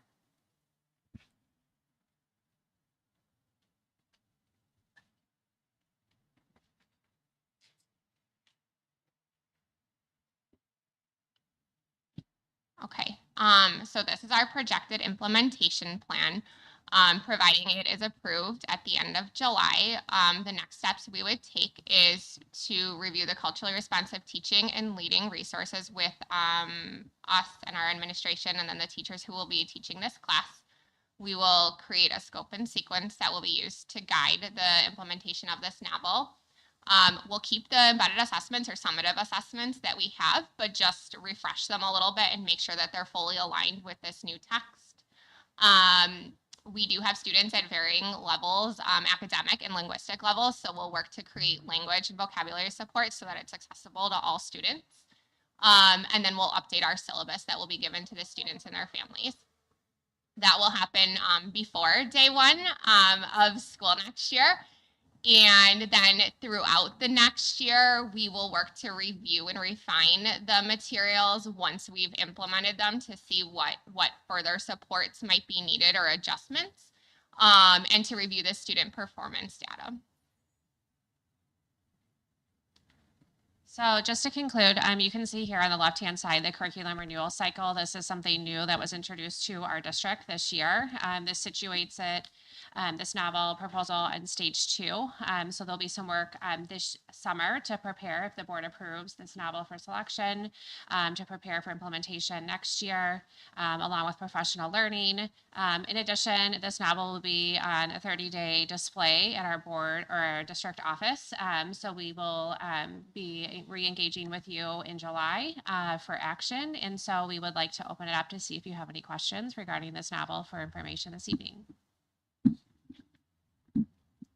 I have a question in regards to just the overall curriculum for this particular novel. How have we engaged any students to date just to see their interest, see if there's an appetite of learning? Because as we know, just the scores across the board, excuse me, regarding reading is kind of at a deficit. So I'd like to see how we're aligning not only obviously what we would like for our curriculum, but also for our kids. I don't think we've done anything formally, but we've been asking students for feedback based on the novels that we're currently reading and finding that they feel rather disengaged and that they don't see themselves represented in those texts. And so when we're asking them, like, well, what would you like to read? What do you like to read? What we're hearing is they want to hear about stories like theirs, and they want to hear about things that are going to help them be ready for the next year. A lot of our students are the leaders in their family, and they want to know how to be confident as they leave the high school. And so that's why we were looking for something that would kind of represent the feedback that we gain from the students. Would it be an idea or a recommendation to maybe get that feedback from our students in that particular segment? So this is something we continue to talk about with our teachers and our building administrators about engaging with our students along the way. There was an earlier time this year when we had our junior high novels we brought to the board. We read the novels along with some students and got their feedback, and it was really powerful. And as we continue to implement these new novels, you know, we're talking about different ways we can ask kids questions while they're reading, you know, not only interest level, but also relevance, rigor, and we continue to unpack that with our teachers and our students because we really want to use their feedback to help support the novels that we put in front of kids, but also that it really is making an impact on our student achievement as well. So would that be a criteria? So should we move forward? Because I see the review student performance data. Would that be a criteria in regards to the commentary we're going over right now? Yeah, so as we move forward with our curriculum renewal cycle, when we get to stage 2, one of the things that we're talking about with all levels, elementary, junior high, and high school, we're asking our teachers to engage with our students when we select a curricular resource to engage their feedback. And as the teachers outlined, they were using prior feedback to select this novel, and that's why they made this choice for a novel selection. But as we implement too, we're going to be engaging with our teachers and our students to get their feedback as well. Yeah. And in addition, since this is a choice novel, the inclusion of this just expands the opportunities for students based on the preferences that have been expressed over the year. So by moving forward with this, we are able to offer, Brandy, to your point, more choice and opportunity for students to identify, to select, and then pick a novel that is in alignment with what they'd like to read. I think that it's critically important that students are able to see themselves in the text. So I'm really excited about this novel, and I'm excited to read it myself.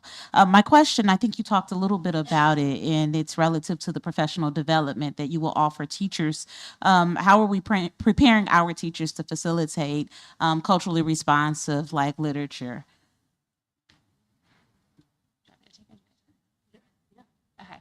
So one of the things that we're implementing this year is culture responsive teaching standards, as well as our content standards and social emotional learning standards. So when the teachers are writing the curriculum maps and scope and sequence, they're identifying what those culture responsive teaching standards are, for example.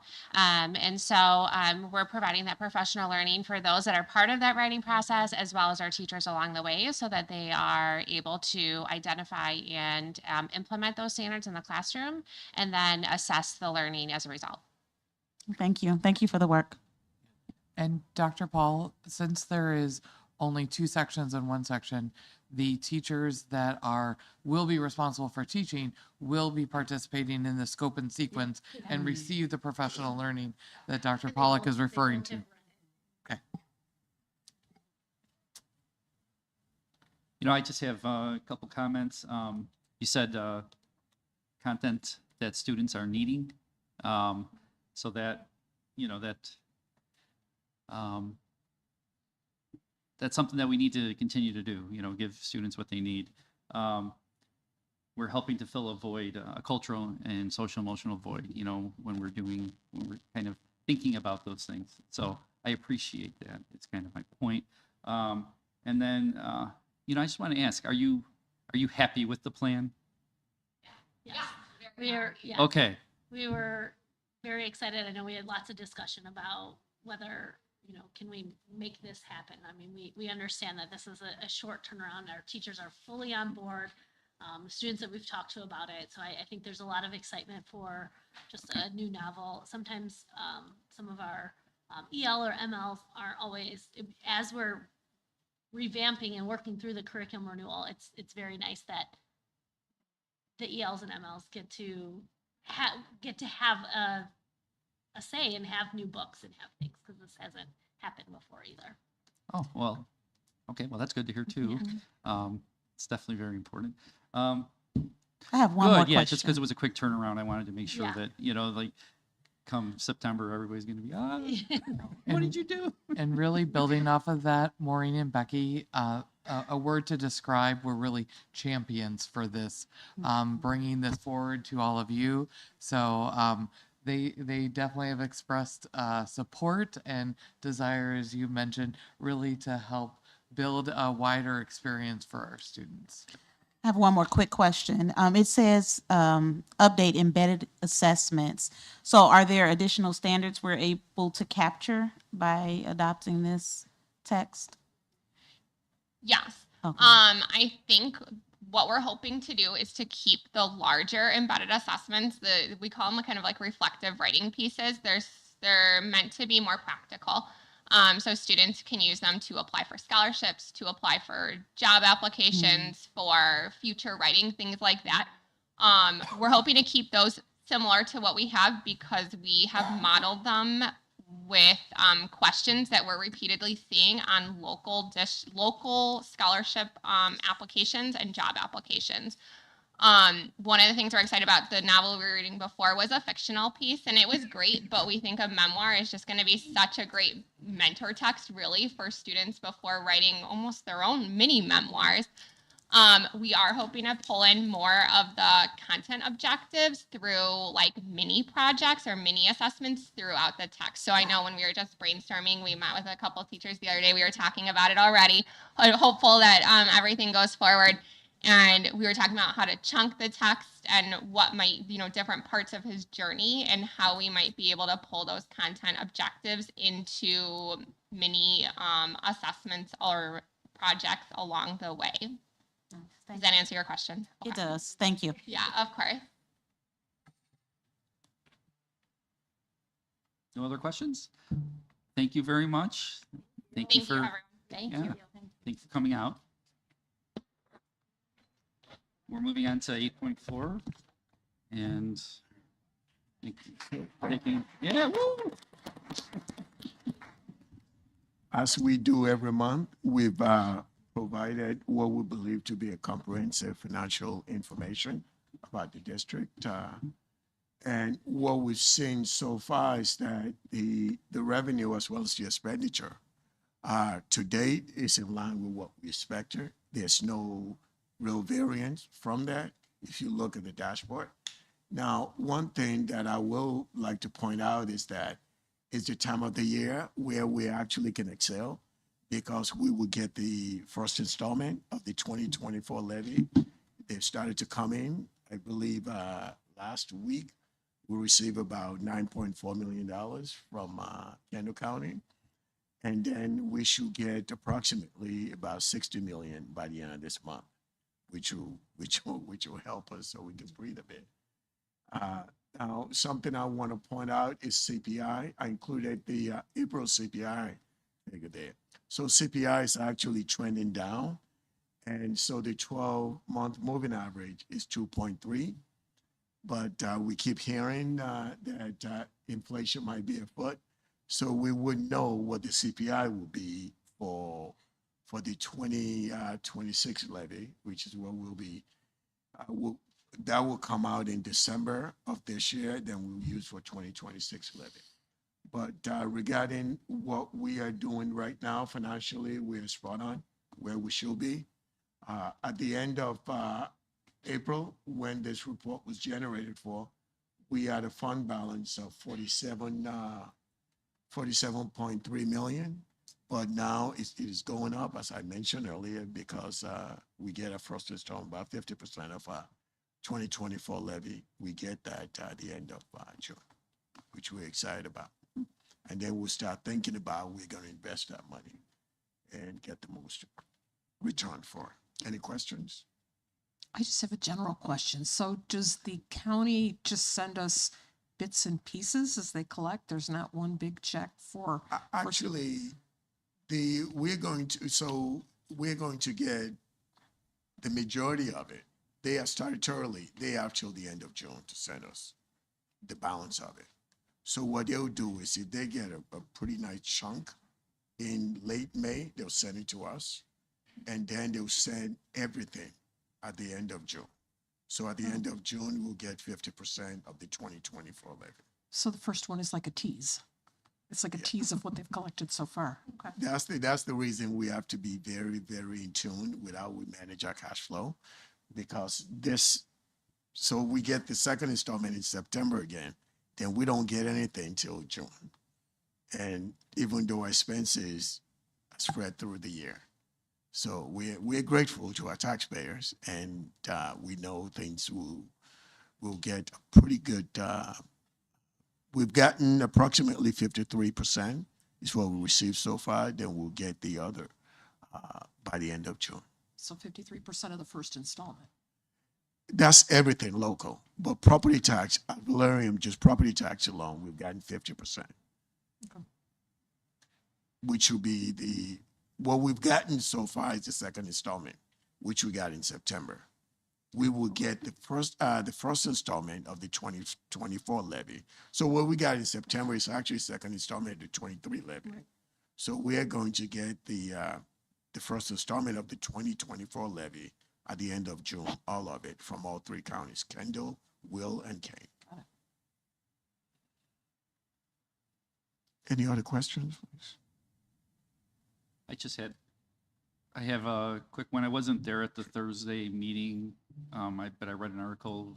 Is our fund balance going to be increasing at the end of the fiscal year, or?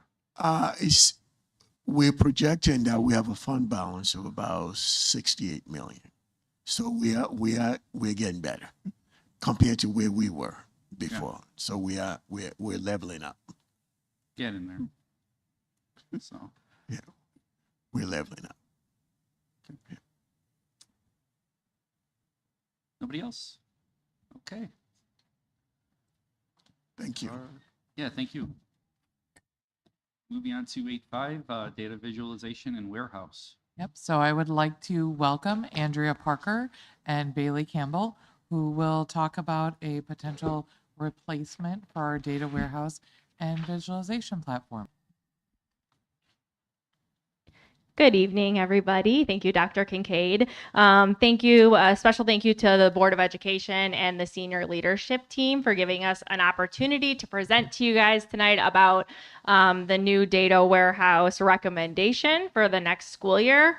As a district, as you guys know, we are committed to building the collective efficacy that supports continuous improvement for students in our district. And part of that alignment is adopting a new data warehouse that allows us to be in alignment with our strategic plan. What a data warehouse is, to just provide a little bit of level set, is a centralized platform that integrates the diverse data that represents our district into a single accessible platform. It was important to us to center ourselves in the work of building collective efficacy that actually supports continuous improvement when we think about the whole child and the kiddos we represent, because this commitment was really what's at the center of this vendor review process that we're going to talk about tonight. We definitely made sure to include stakeholders that were a diverse representative of the community that we serve. So you'll hear a little bit about where that feedback helped to drive the recommendations of this vendor review process. And two of the critical considerations when we started to look at the possibility of vendor review for a data warehouse platform was, number one, the connection to our strategic plan, but really centered in fostering data fluency within our organization and continuous improvement. All right, so overall, we wanted our team and this plan to emphasize a collaborative, phased approach to ensure the platform met our needs of all of our stakeholders involved. So here you'll see a number of people from different spans of our district, including district administration, OEA leadership, OESBA leadership, our building administration, our OEA staff, and our district staff. And then this slide right here really outlines kind of that first half of our timeline, highlighting key activities and milestones from November through March. So we started off in November by picking out those key stakeholders to be part of this process, which was the previous slide. Transitioning into December, which is when we conducted a number of different needs assessments to really understand where our district was and what they wanted in a district data warehouse platform. Then as we transitioned into January, we took that information and we invited 6 vendors to be part of the data warehouse vendor review process, 4 of which agreed to be part of that. Then as we went into February and March was our very first initial sit down with these 4 vendors, where we participated in virtual opportunities for them to do demonstrations hands-on with our staff members and our stakeholders. In the spring, really around April, we moved into the second phase of the vendor review process. We're going to talk about some of those key activities and milestones that highlighted this second phase. Essentially, what is important as the first takeaway is that the 2 vendors, as we closed out that first phase, that were really recommended based on our team and participant feedback and engagement were Abre and EduClimber. And those were the 2 vendors who were invited to participate in our on-site demonstration with some of those stakeholders that Bailey highlighted when we showed the diversity of the team we asked to sit down with these vendors. And then that stakeholder feedback coming out of the on-site demonstration really identified that EduClimber was far and above meeting all of the evaluation criteria that our district identified to support us as we move forward. Some of that criteria included what you'll see here on this slide. Stakeholder feedback identified that our key metrics we were looking for when we met with these vendors throughout the process included data integration for our key systems. That was not something that we had experienced as much as we had wanted with our prior data warehouse platform. And we'll talk a little bit about that moving forward. Making sure we have confidence in the data that is represented. So not only that we are including that diverse data set, but that we feel confident in the accuracy and the usability of what that data means when we're talking about how do we improve what we do for kiddos and what are we doing that is working that we want to celebrate for students. Additionally, we wanted to make sure that it was easy to analyze that information to inform the district and school level decision making for not only our instructional leaders, but also for our staff. In the late spring then, district and senior leadership teams continued to collaborate with EduClimber to identify what could some tentative deliverables be, an implementation timeline, and the professional learning that would really allow us to highlight what this platform can do if we as a Board of Education and district decide to move forward. So that brings us to the completion of the vendor review. We are happy to announce that EduClimber is the recommended vendor for our data warehouse needs for SD308. And EduClimber, provides features that are going to allow us to empower district and stakeholders and our staff to better serve the students within our community and to tell their story. All right, so in order to tell that story, we needed a dashboard that was going to be both comprehensive and detailed. So comprehensive to take kind of that holistic approach in order to make meaningful decisions in a timely manner, but then at the same time have that ability to be able to drill down to a granular level in order to identify specific academic, social, emotional, and individual needs for students, classes, and even as small as specific groups of students. So the visuals here that you'll see kind of represent that dashboard development in terms of achievement dashboard from a district level, from a school-wide level, from a site level, and then really getting into that student profile. So one of the key features we want to highlight is on a granular level is what EduClimber refers to as the whole child profile. This is where educators will be able to kind of drill down individual student data in a one-stop shop. So when we talk about data, especially at an individual student level, it truly means a variety of things. This could be anything from historical grades, freshmen on track, chronic truancy, absenteeism, discipline. The list truly goes on. One many celebrations of EduClimber is its ability to automate a number of current District 308 data sets in one platform. That is huge. So this right here kind of shows us what that would look like in terms of an individual student. And right now, this is a current barrier with our current system. So for example, a staff member will be able to go to the student's whole child profile and see all of that data at a glance in one location. So for SD308, this would look like Mastery Connect for all of our elementary students. This would look like TS Gold for our early childhood students. Power School for every student that's in our system, K through 22. Panorama, which is our new universal screener, will also be embedded in this one-stop shop of a data platform, including FastBridge, STAR, and again, the list truly could go on. Another exciting feature we want to highlight is what our teams will then do with this data, which is something we refer to as an early warning system or EWS. So this really allows our teams to set specific thresholds around specific data sets. Typically, this is attendance, grades, and behavior, but it really can be nuanced to what the person is looking for, allowing our teams, again, quick access to be able to provide additional support while keeping a continued pulse on the health of our core. And then another feature we want to highlight, and we could really just keep highlighting, but we're going to keep it short. Another feature we want to highlight is what EduClimber refers to as the data wall. This is truly, again, where teams, both at the building and at the district level, will have effortless data in terms of triangulation, drilling all the way down from a district level to a building level to a grade level, even to a specific classroom or a group of students. As Bailey talked about, that kind of encompasses the MTSS features, if you will, or multi-tiered systems of support. Another feature that EduClimber had and came out really early on in our feedback, not only from our district leadership team, but also as we started working with different stakeholder groups, was really around something that they call the achievement feature.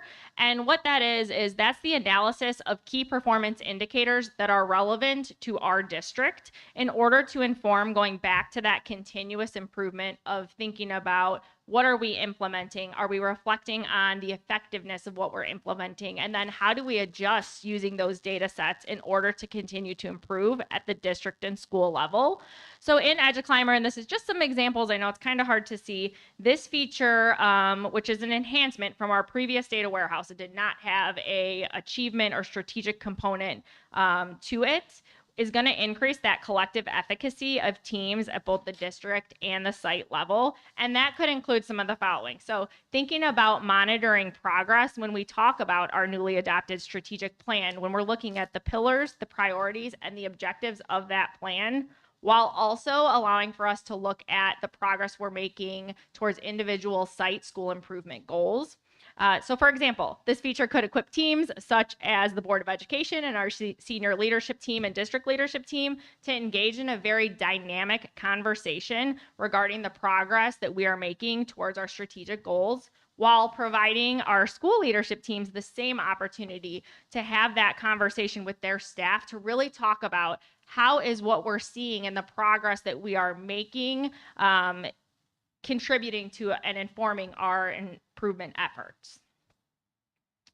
Throughout this feedback or throughout this process, I really have talked about a couple of times how critical it was to make sure that we had diverse stakeholder perspectives. And what we wanted to highlight here, just a snippet of some of the feedback that came along the way throughout this process from the participants of the vendor review team. They really lifted the capabilities of EduClimber as a tool of how they are going to better serve the students currently sitting in front of them and in the future that will sit in front of them in the roles that they hold. And that feedback highlighted how this platform can help us move from where we are now to that future ready state that we want in order to achieve our strategic goals. So giving a little bit of an overview here when we talk about a projected budget, is important to understand what the cost structure was of the vendor quote. So we really wanted to highlight a couple of things. The way this was structured included that cost that was in alignment to district enrollment per pupil within our district for the platform itself, and the importance of ensuring that professional development rooted in enhancing the effectiveness of our systems and teams was accounted for to equip both the leaders within our district leading instructional change and the staff with that essential learning that's going to help to make this successful. So on this slide, you can see a little bit more of an overview of what that 3-year proposal was. And again, I want to point out there that the way that it's structured, you can see that software license for the service itself, and then what each year will look like as far as that professional development that's going to be critical to making sure that we really maximize how effective this is going to be for the students we serve. So should the board grant us the opportunity to proceed with EduClimber as our newly adopted data warehouse for this upcoming school year, we wanted to talk just a little bit about what those initial implementation steps could look like with EduClimber as a team. So this would really begin in early July with that planning and design onboarding with our schedule, talking about what deliverables will look like in that first phase of implementation and how we're going to set up our site itself for permissions.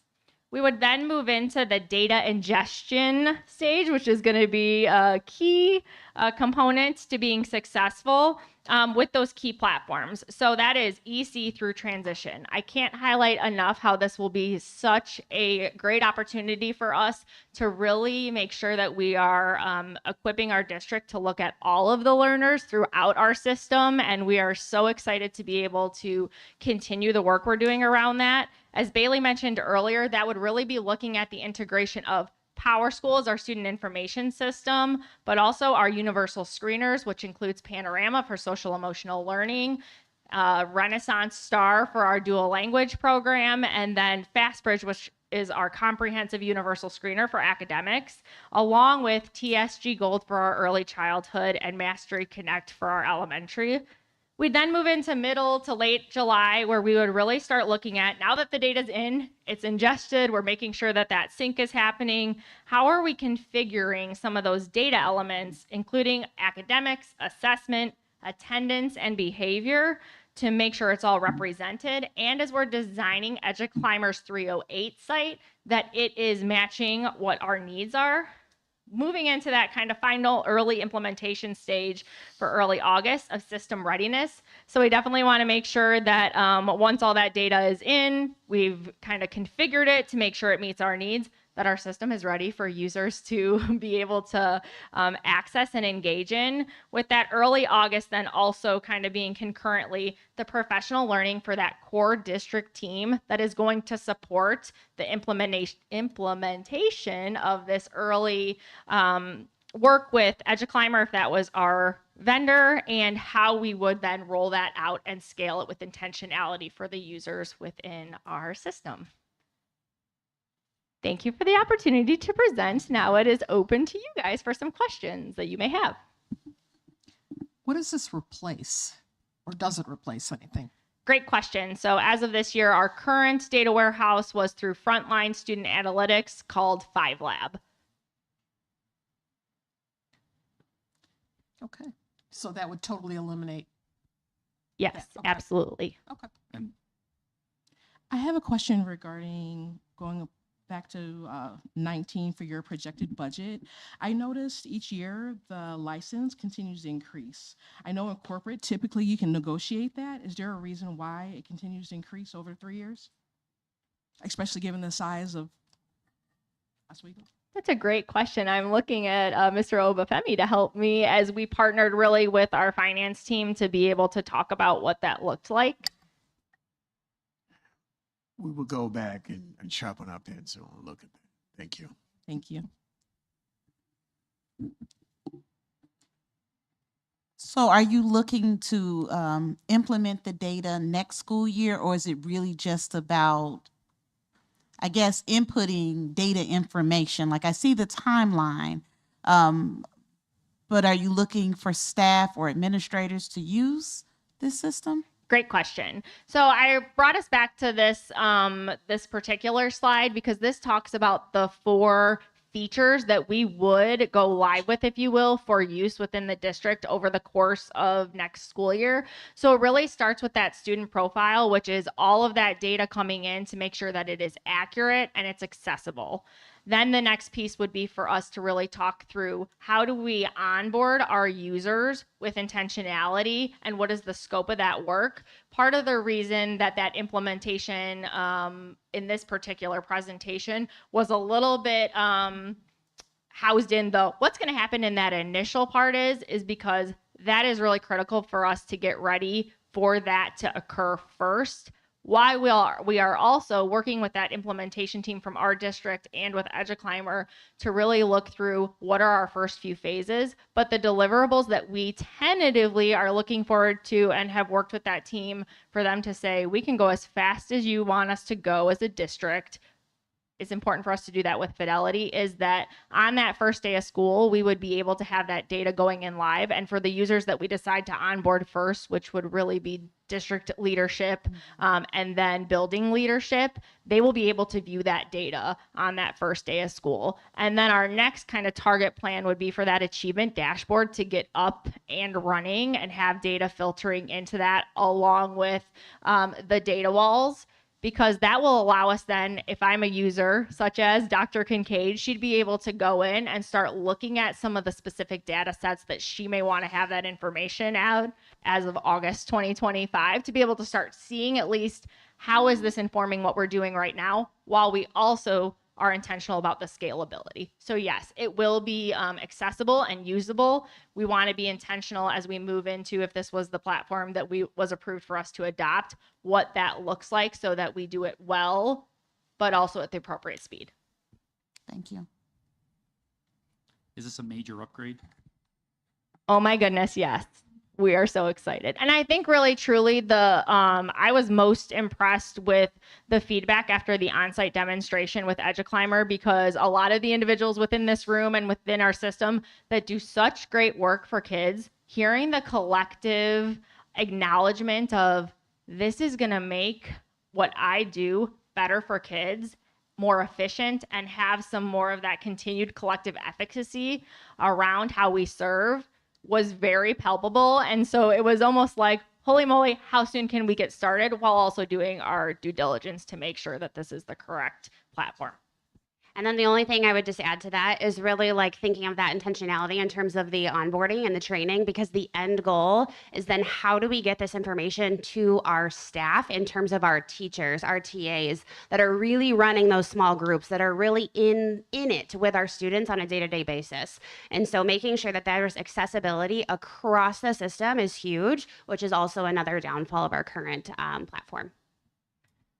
So absolutely, just building off of that to go with one of the earlier questions, when we think about what this means for the end user in our system and how it's going to help, hopefully within a timely a timely time frame, if you will, help them do better at their job or feel like they're more effective in their role, is that when we talk about really onboarding that first user group of our administrators, being our district administrators and our building administrators, that is also with the intent to start making those connections to how do we begin to forward face that with our staff, our school leadership teams, when we're talking about problem solving, when we're talking about what the school improvement process looks like with your living, breathing school improvement plan. We want that to come forward, which is why that next step of once we know the data is in and we're level setting with how you can use that to curate what you're looking for as far as metrics, it then becomes how can we equip you to bring it forward to your staff and start exposing them to the system so that when they're ready to onboard in the next phase, they feel confident and it's not the first time they're seeing it. Yeah, I've been to some, conference events, and seems to bring pilots, gives more information around pilots and stuff like that as well. So just that seemed very cool because you can, there's this group of kids that you're, doing for a pilot. You can track how they're benefiting from that, and then you get teacher buy-in. I don't know. There's quite a bit of benefit to something like that for students for, I don't know, what is it, $4 or whatever, and I think you asked, everybody else asked all my questions, so. Thank you very much. Thank you, guys. Thank you. You guys should try to get excited about it too. You guys should really. No more pivot tables. That's what they're trying to avoid. No more V lookups. So. All right. Oh, gotta move on.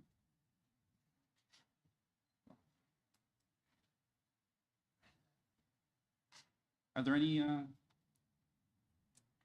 public comments? No public comment cards. Public comment cards. If there were, I was going to have them go earlier, so that's why I asked earlier. 'Cause I knew this would be. Moving on to section 10. Can I have a motion to approve the consent agenda, please?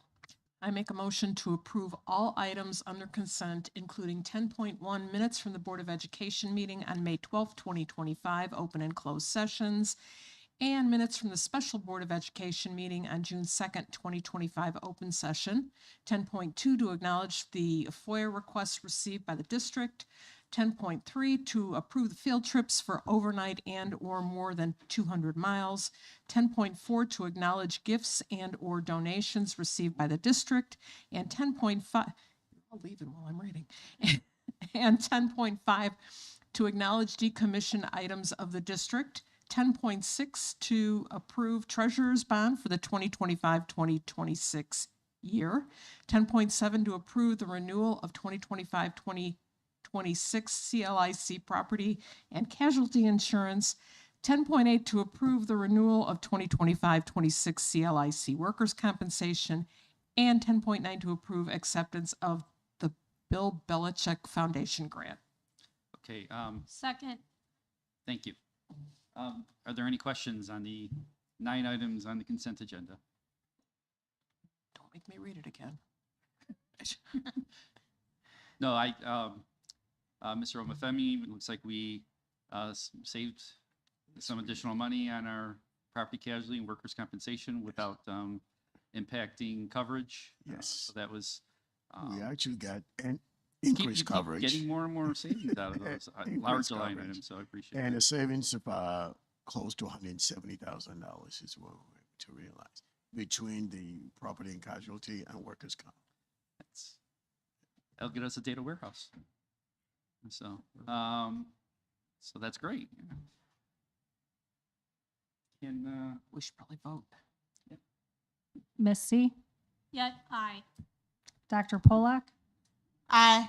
Mr. Cerrone, Aye. Miss Wenmouth, Aye. Miss Robinson. Aye. Motion passes 5-0. Action item 11.1. Can I have a motion, please? I make a motion to authorize the payment of bills in the amount of $3,553,176.80 as presented. Second. Mr. Cerrone, Aye. Ms. Robinson? Aye. Ms. C? Aye. Ms. Wenmouth? Aye. Dr. Pollock? Aye. Motion passes 5-0. Action item 11.2, approval of recommended designations for hazardous intersections. Can I have a motion, please? I make a motion to approve the recommended designations of hazardous intersections as discussed and presented. Second. Ms. Robinson? Aye. Ms. Wenmouth? Aye. Ms. C? Aye. Mr. Saron? Aye. Dr. Pollock? Aye. Motion passes 5-0. Action item 11.3, approval of consolidated district plan. Can I have a motion, please? I make a motion to approve the consolidated district plan. Second. Ms. Wenmouth? Aye. Ms. C? Aye. Ms. Robinson? Aye. Mr. Saron? Aye. Dr. Pollock? Aye. Action item 11.4, approval of Title I school-wide plan. Can I have a motion, please? I make a motion to approve the Title I school-wide plan for Boulder Hill, Long Beach, and Plank Junior High. Second. Dr. Pollock? Aye. Ms. Robinson?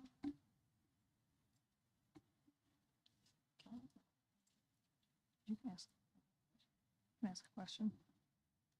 Yeah. Right? I mean, or, Yeah. or will we have to just take the vote again, or? Okay. Okay, so I had an opportunity to review the school-wide plan for Boulder Hill, Long Beach, and Plank. And what I've noticed, it was very formal, and there was no differentiation between some of the language. And I would think there would be based upon just the diverse setting of school needs, or excuse me, kids' needs and so forth on. So my question is that just the style that we use as a district when we do proceed forward with school-wide plans based upon what the school needs are? I guess I'm trying to understand. Yeah. that So the component. structure of the template is provided to us by the state. So the actual questions that we have to answer are the ones that they provide. Then you see sometimes, like in question about what their plan is, you'll see those differences about either what type of activities or if they're focusing more or less on academics versus SEL versus behavior.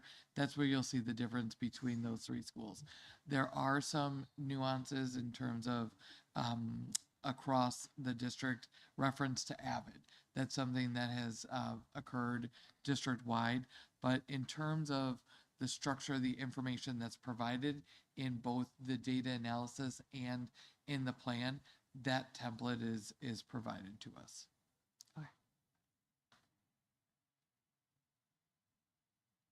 Thank you. Dr. Pollock? Aye. Ms. Robinson? Aye. Ms. Wenmouth? Aye. Ms. C? Aye. Mr. Saron? Aye. Motion passes 5-0.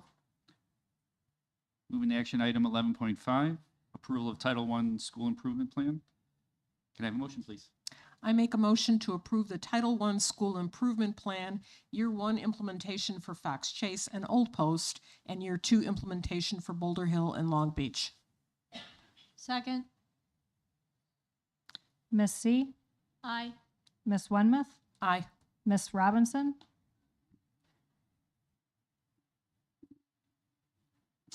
Aye. Mr. Saron? Aye. Dr. Pollock? Aye. Motion passes 5-0. Moving to action item 11.6, approval of policies for second read. Oh, can I have a motion, please?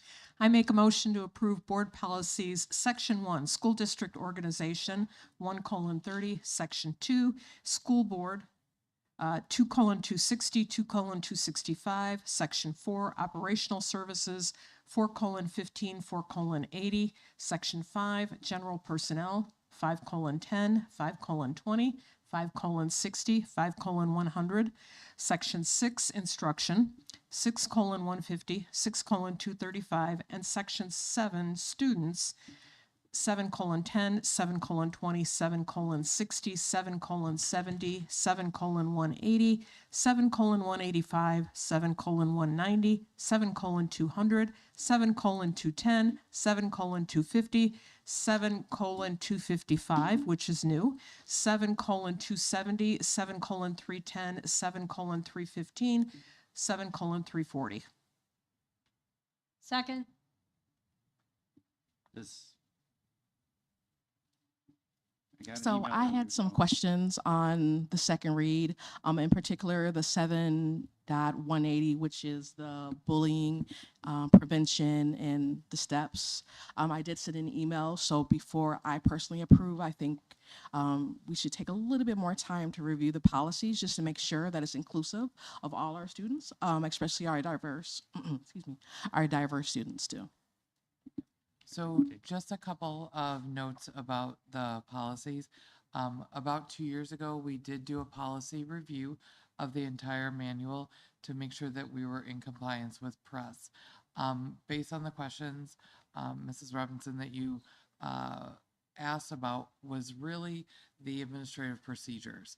So as we dive into what came in conjunction with our equity and rightful presence policy was a call to action.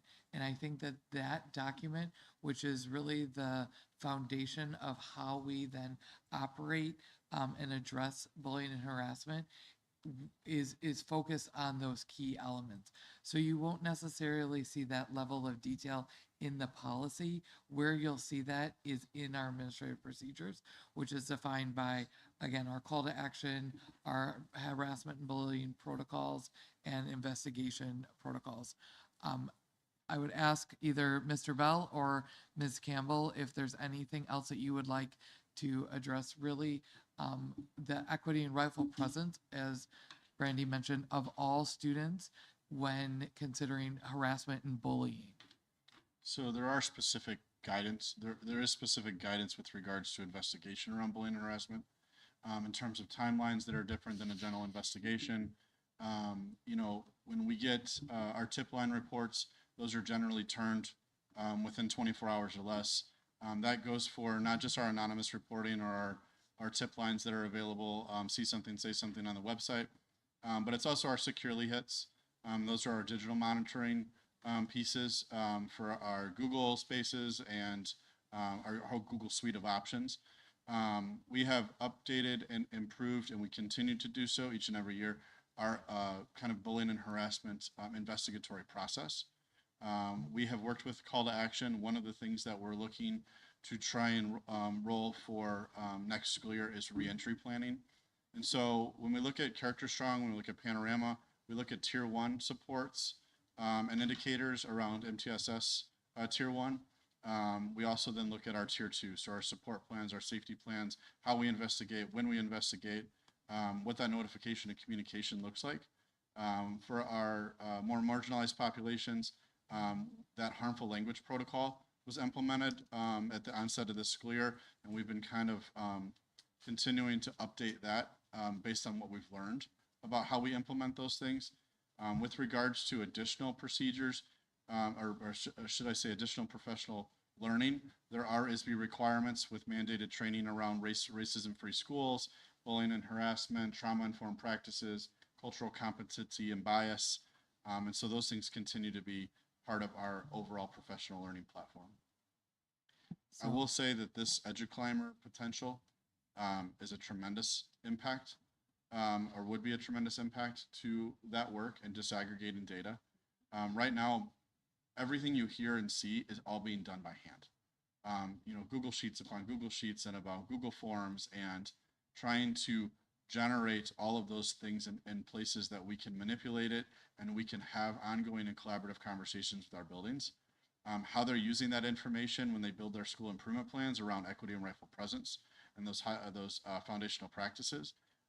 That's all critical information for us to be able to be more proactive on the bullying and harassment side rather than wait for those events to occur. As you mentioned, cultural responsiveness and that actionable accountability is really part of that harmful language protocol.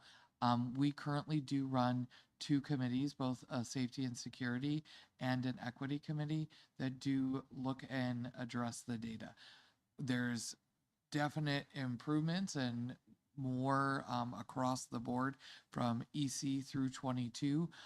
But over the course of the last year, really focusing on that call to action and the harmful language protocol has been a priority, not only of our student services team, but our equity and engagement department, our learning innovation, and our schools.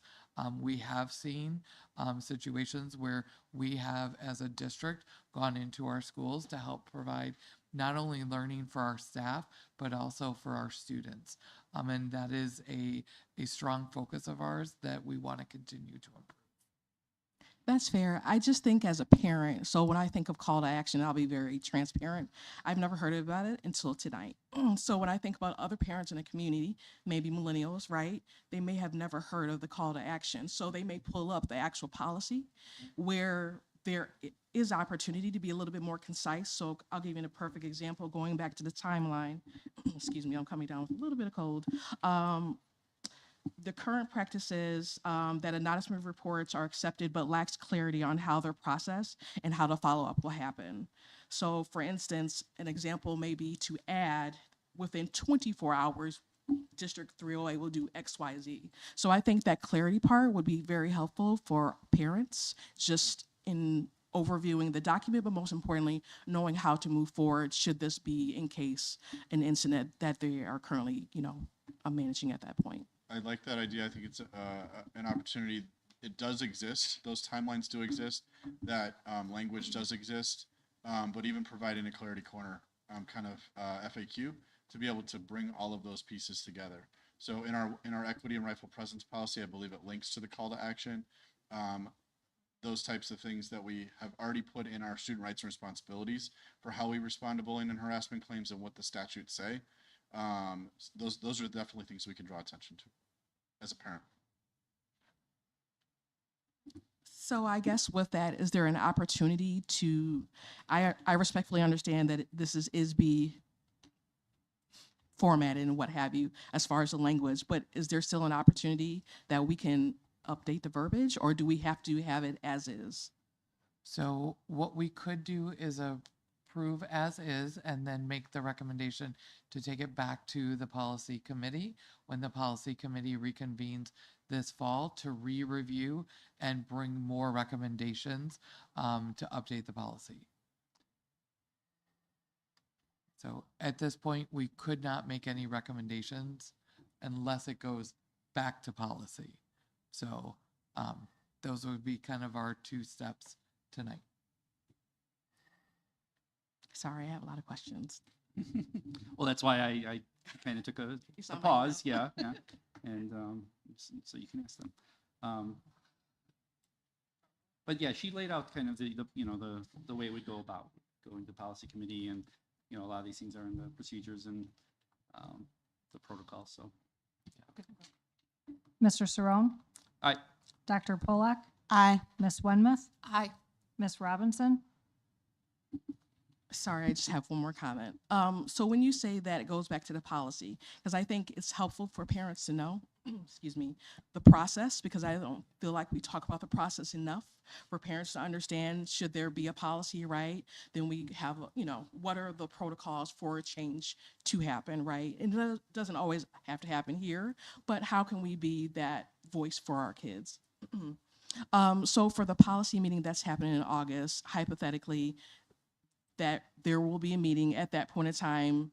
Let's just say there's 5 different options or recommendations. Do they go through it? Like, what does that look like for a parent to understand that when the policy is being reviewed? Yep. So our policy committee meetings are open to the public. We do have public comments of which people could come and discuss their concerns or express a desire to review the policy. Obviously, the committee would be making recommendations, legal review, and then it would come back through the same type of process of a first read and then an actionable approval. So it is a multi kind of step process similar to the recommendations that we're reviewing tonight. And we're going to be discussing committee structure and stuff like that, and might be improving, you know, the transparency and availability of those meetings. So we'll see what comes of that on the June 21st. So a parent can consider it almost like a living, breathing document per se. Should there be changes that are applicable and approved at that time that would be implemented? So the typical process is multiple times a year, press releases a Well, it's required changes. Correct. Thank you, Mary Jo. It's the Press Plus publication. Essentially, we are required to review some of our policies, but there are other ones, you know, whether it's financial or educationally based, that we then add, similar to our policy about school district philosophy. So usually when there's changes within the district, then either the district administrative team or the members of the committee would recommend additional policies to then bring for review and discussion in the committee. The committee then makes adjustments and then brings to the full board to discuss the potential changes. So it's kind of a mixture of request to review and required to review based on the legal recommendations of press. Thank you, Dr. Kincaid. Absolutely. Mr. Saron, Aye. Dr. Polak, Aye. Ms. Wenmouth, Aye. Ms. Robinson, Aye. Ms. C. Aye. Motion passes 5-0. Moving to 11.7, action item approval of personnel report. Can I have a motion, please? I make a motion to approve the personnel report as discussed and presented. Second. Ms. Robinson, Aye. Mr. Saron, Aye. Dr. Polak, Aye. Ms. C. Aye. Ms. Wenmouth. Aye. Motion passes 5-0. Can I have a motion to adjourn? I make a motion to adjourn. Second.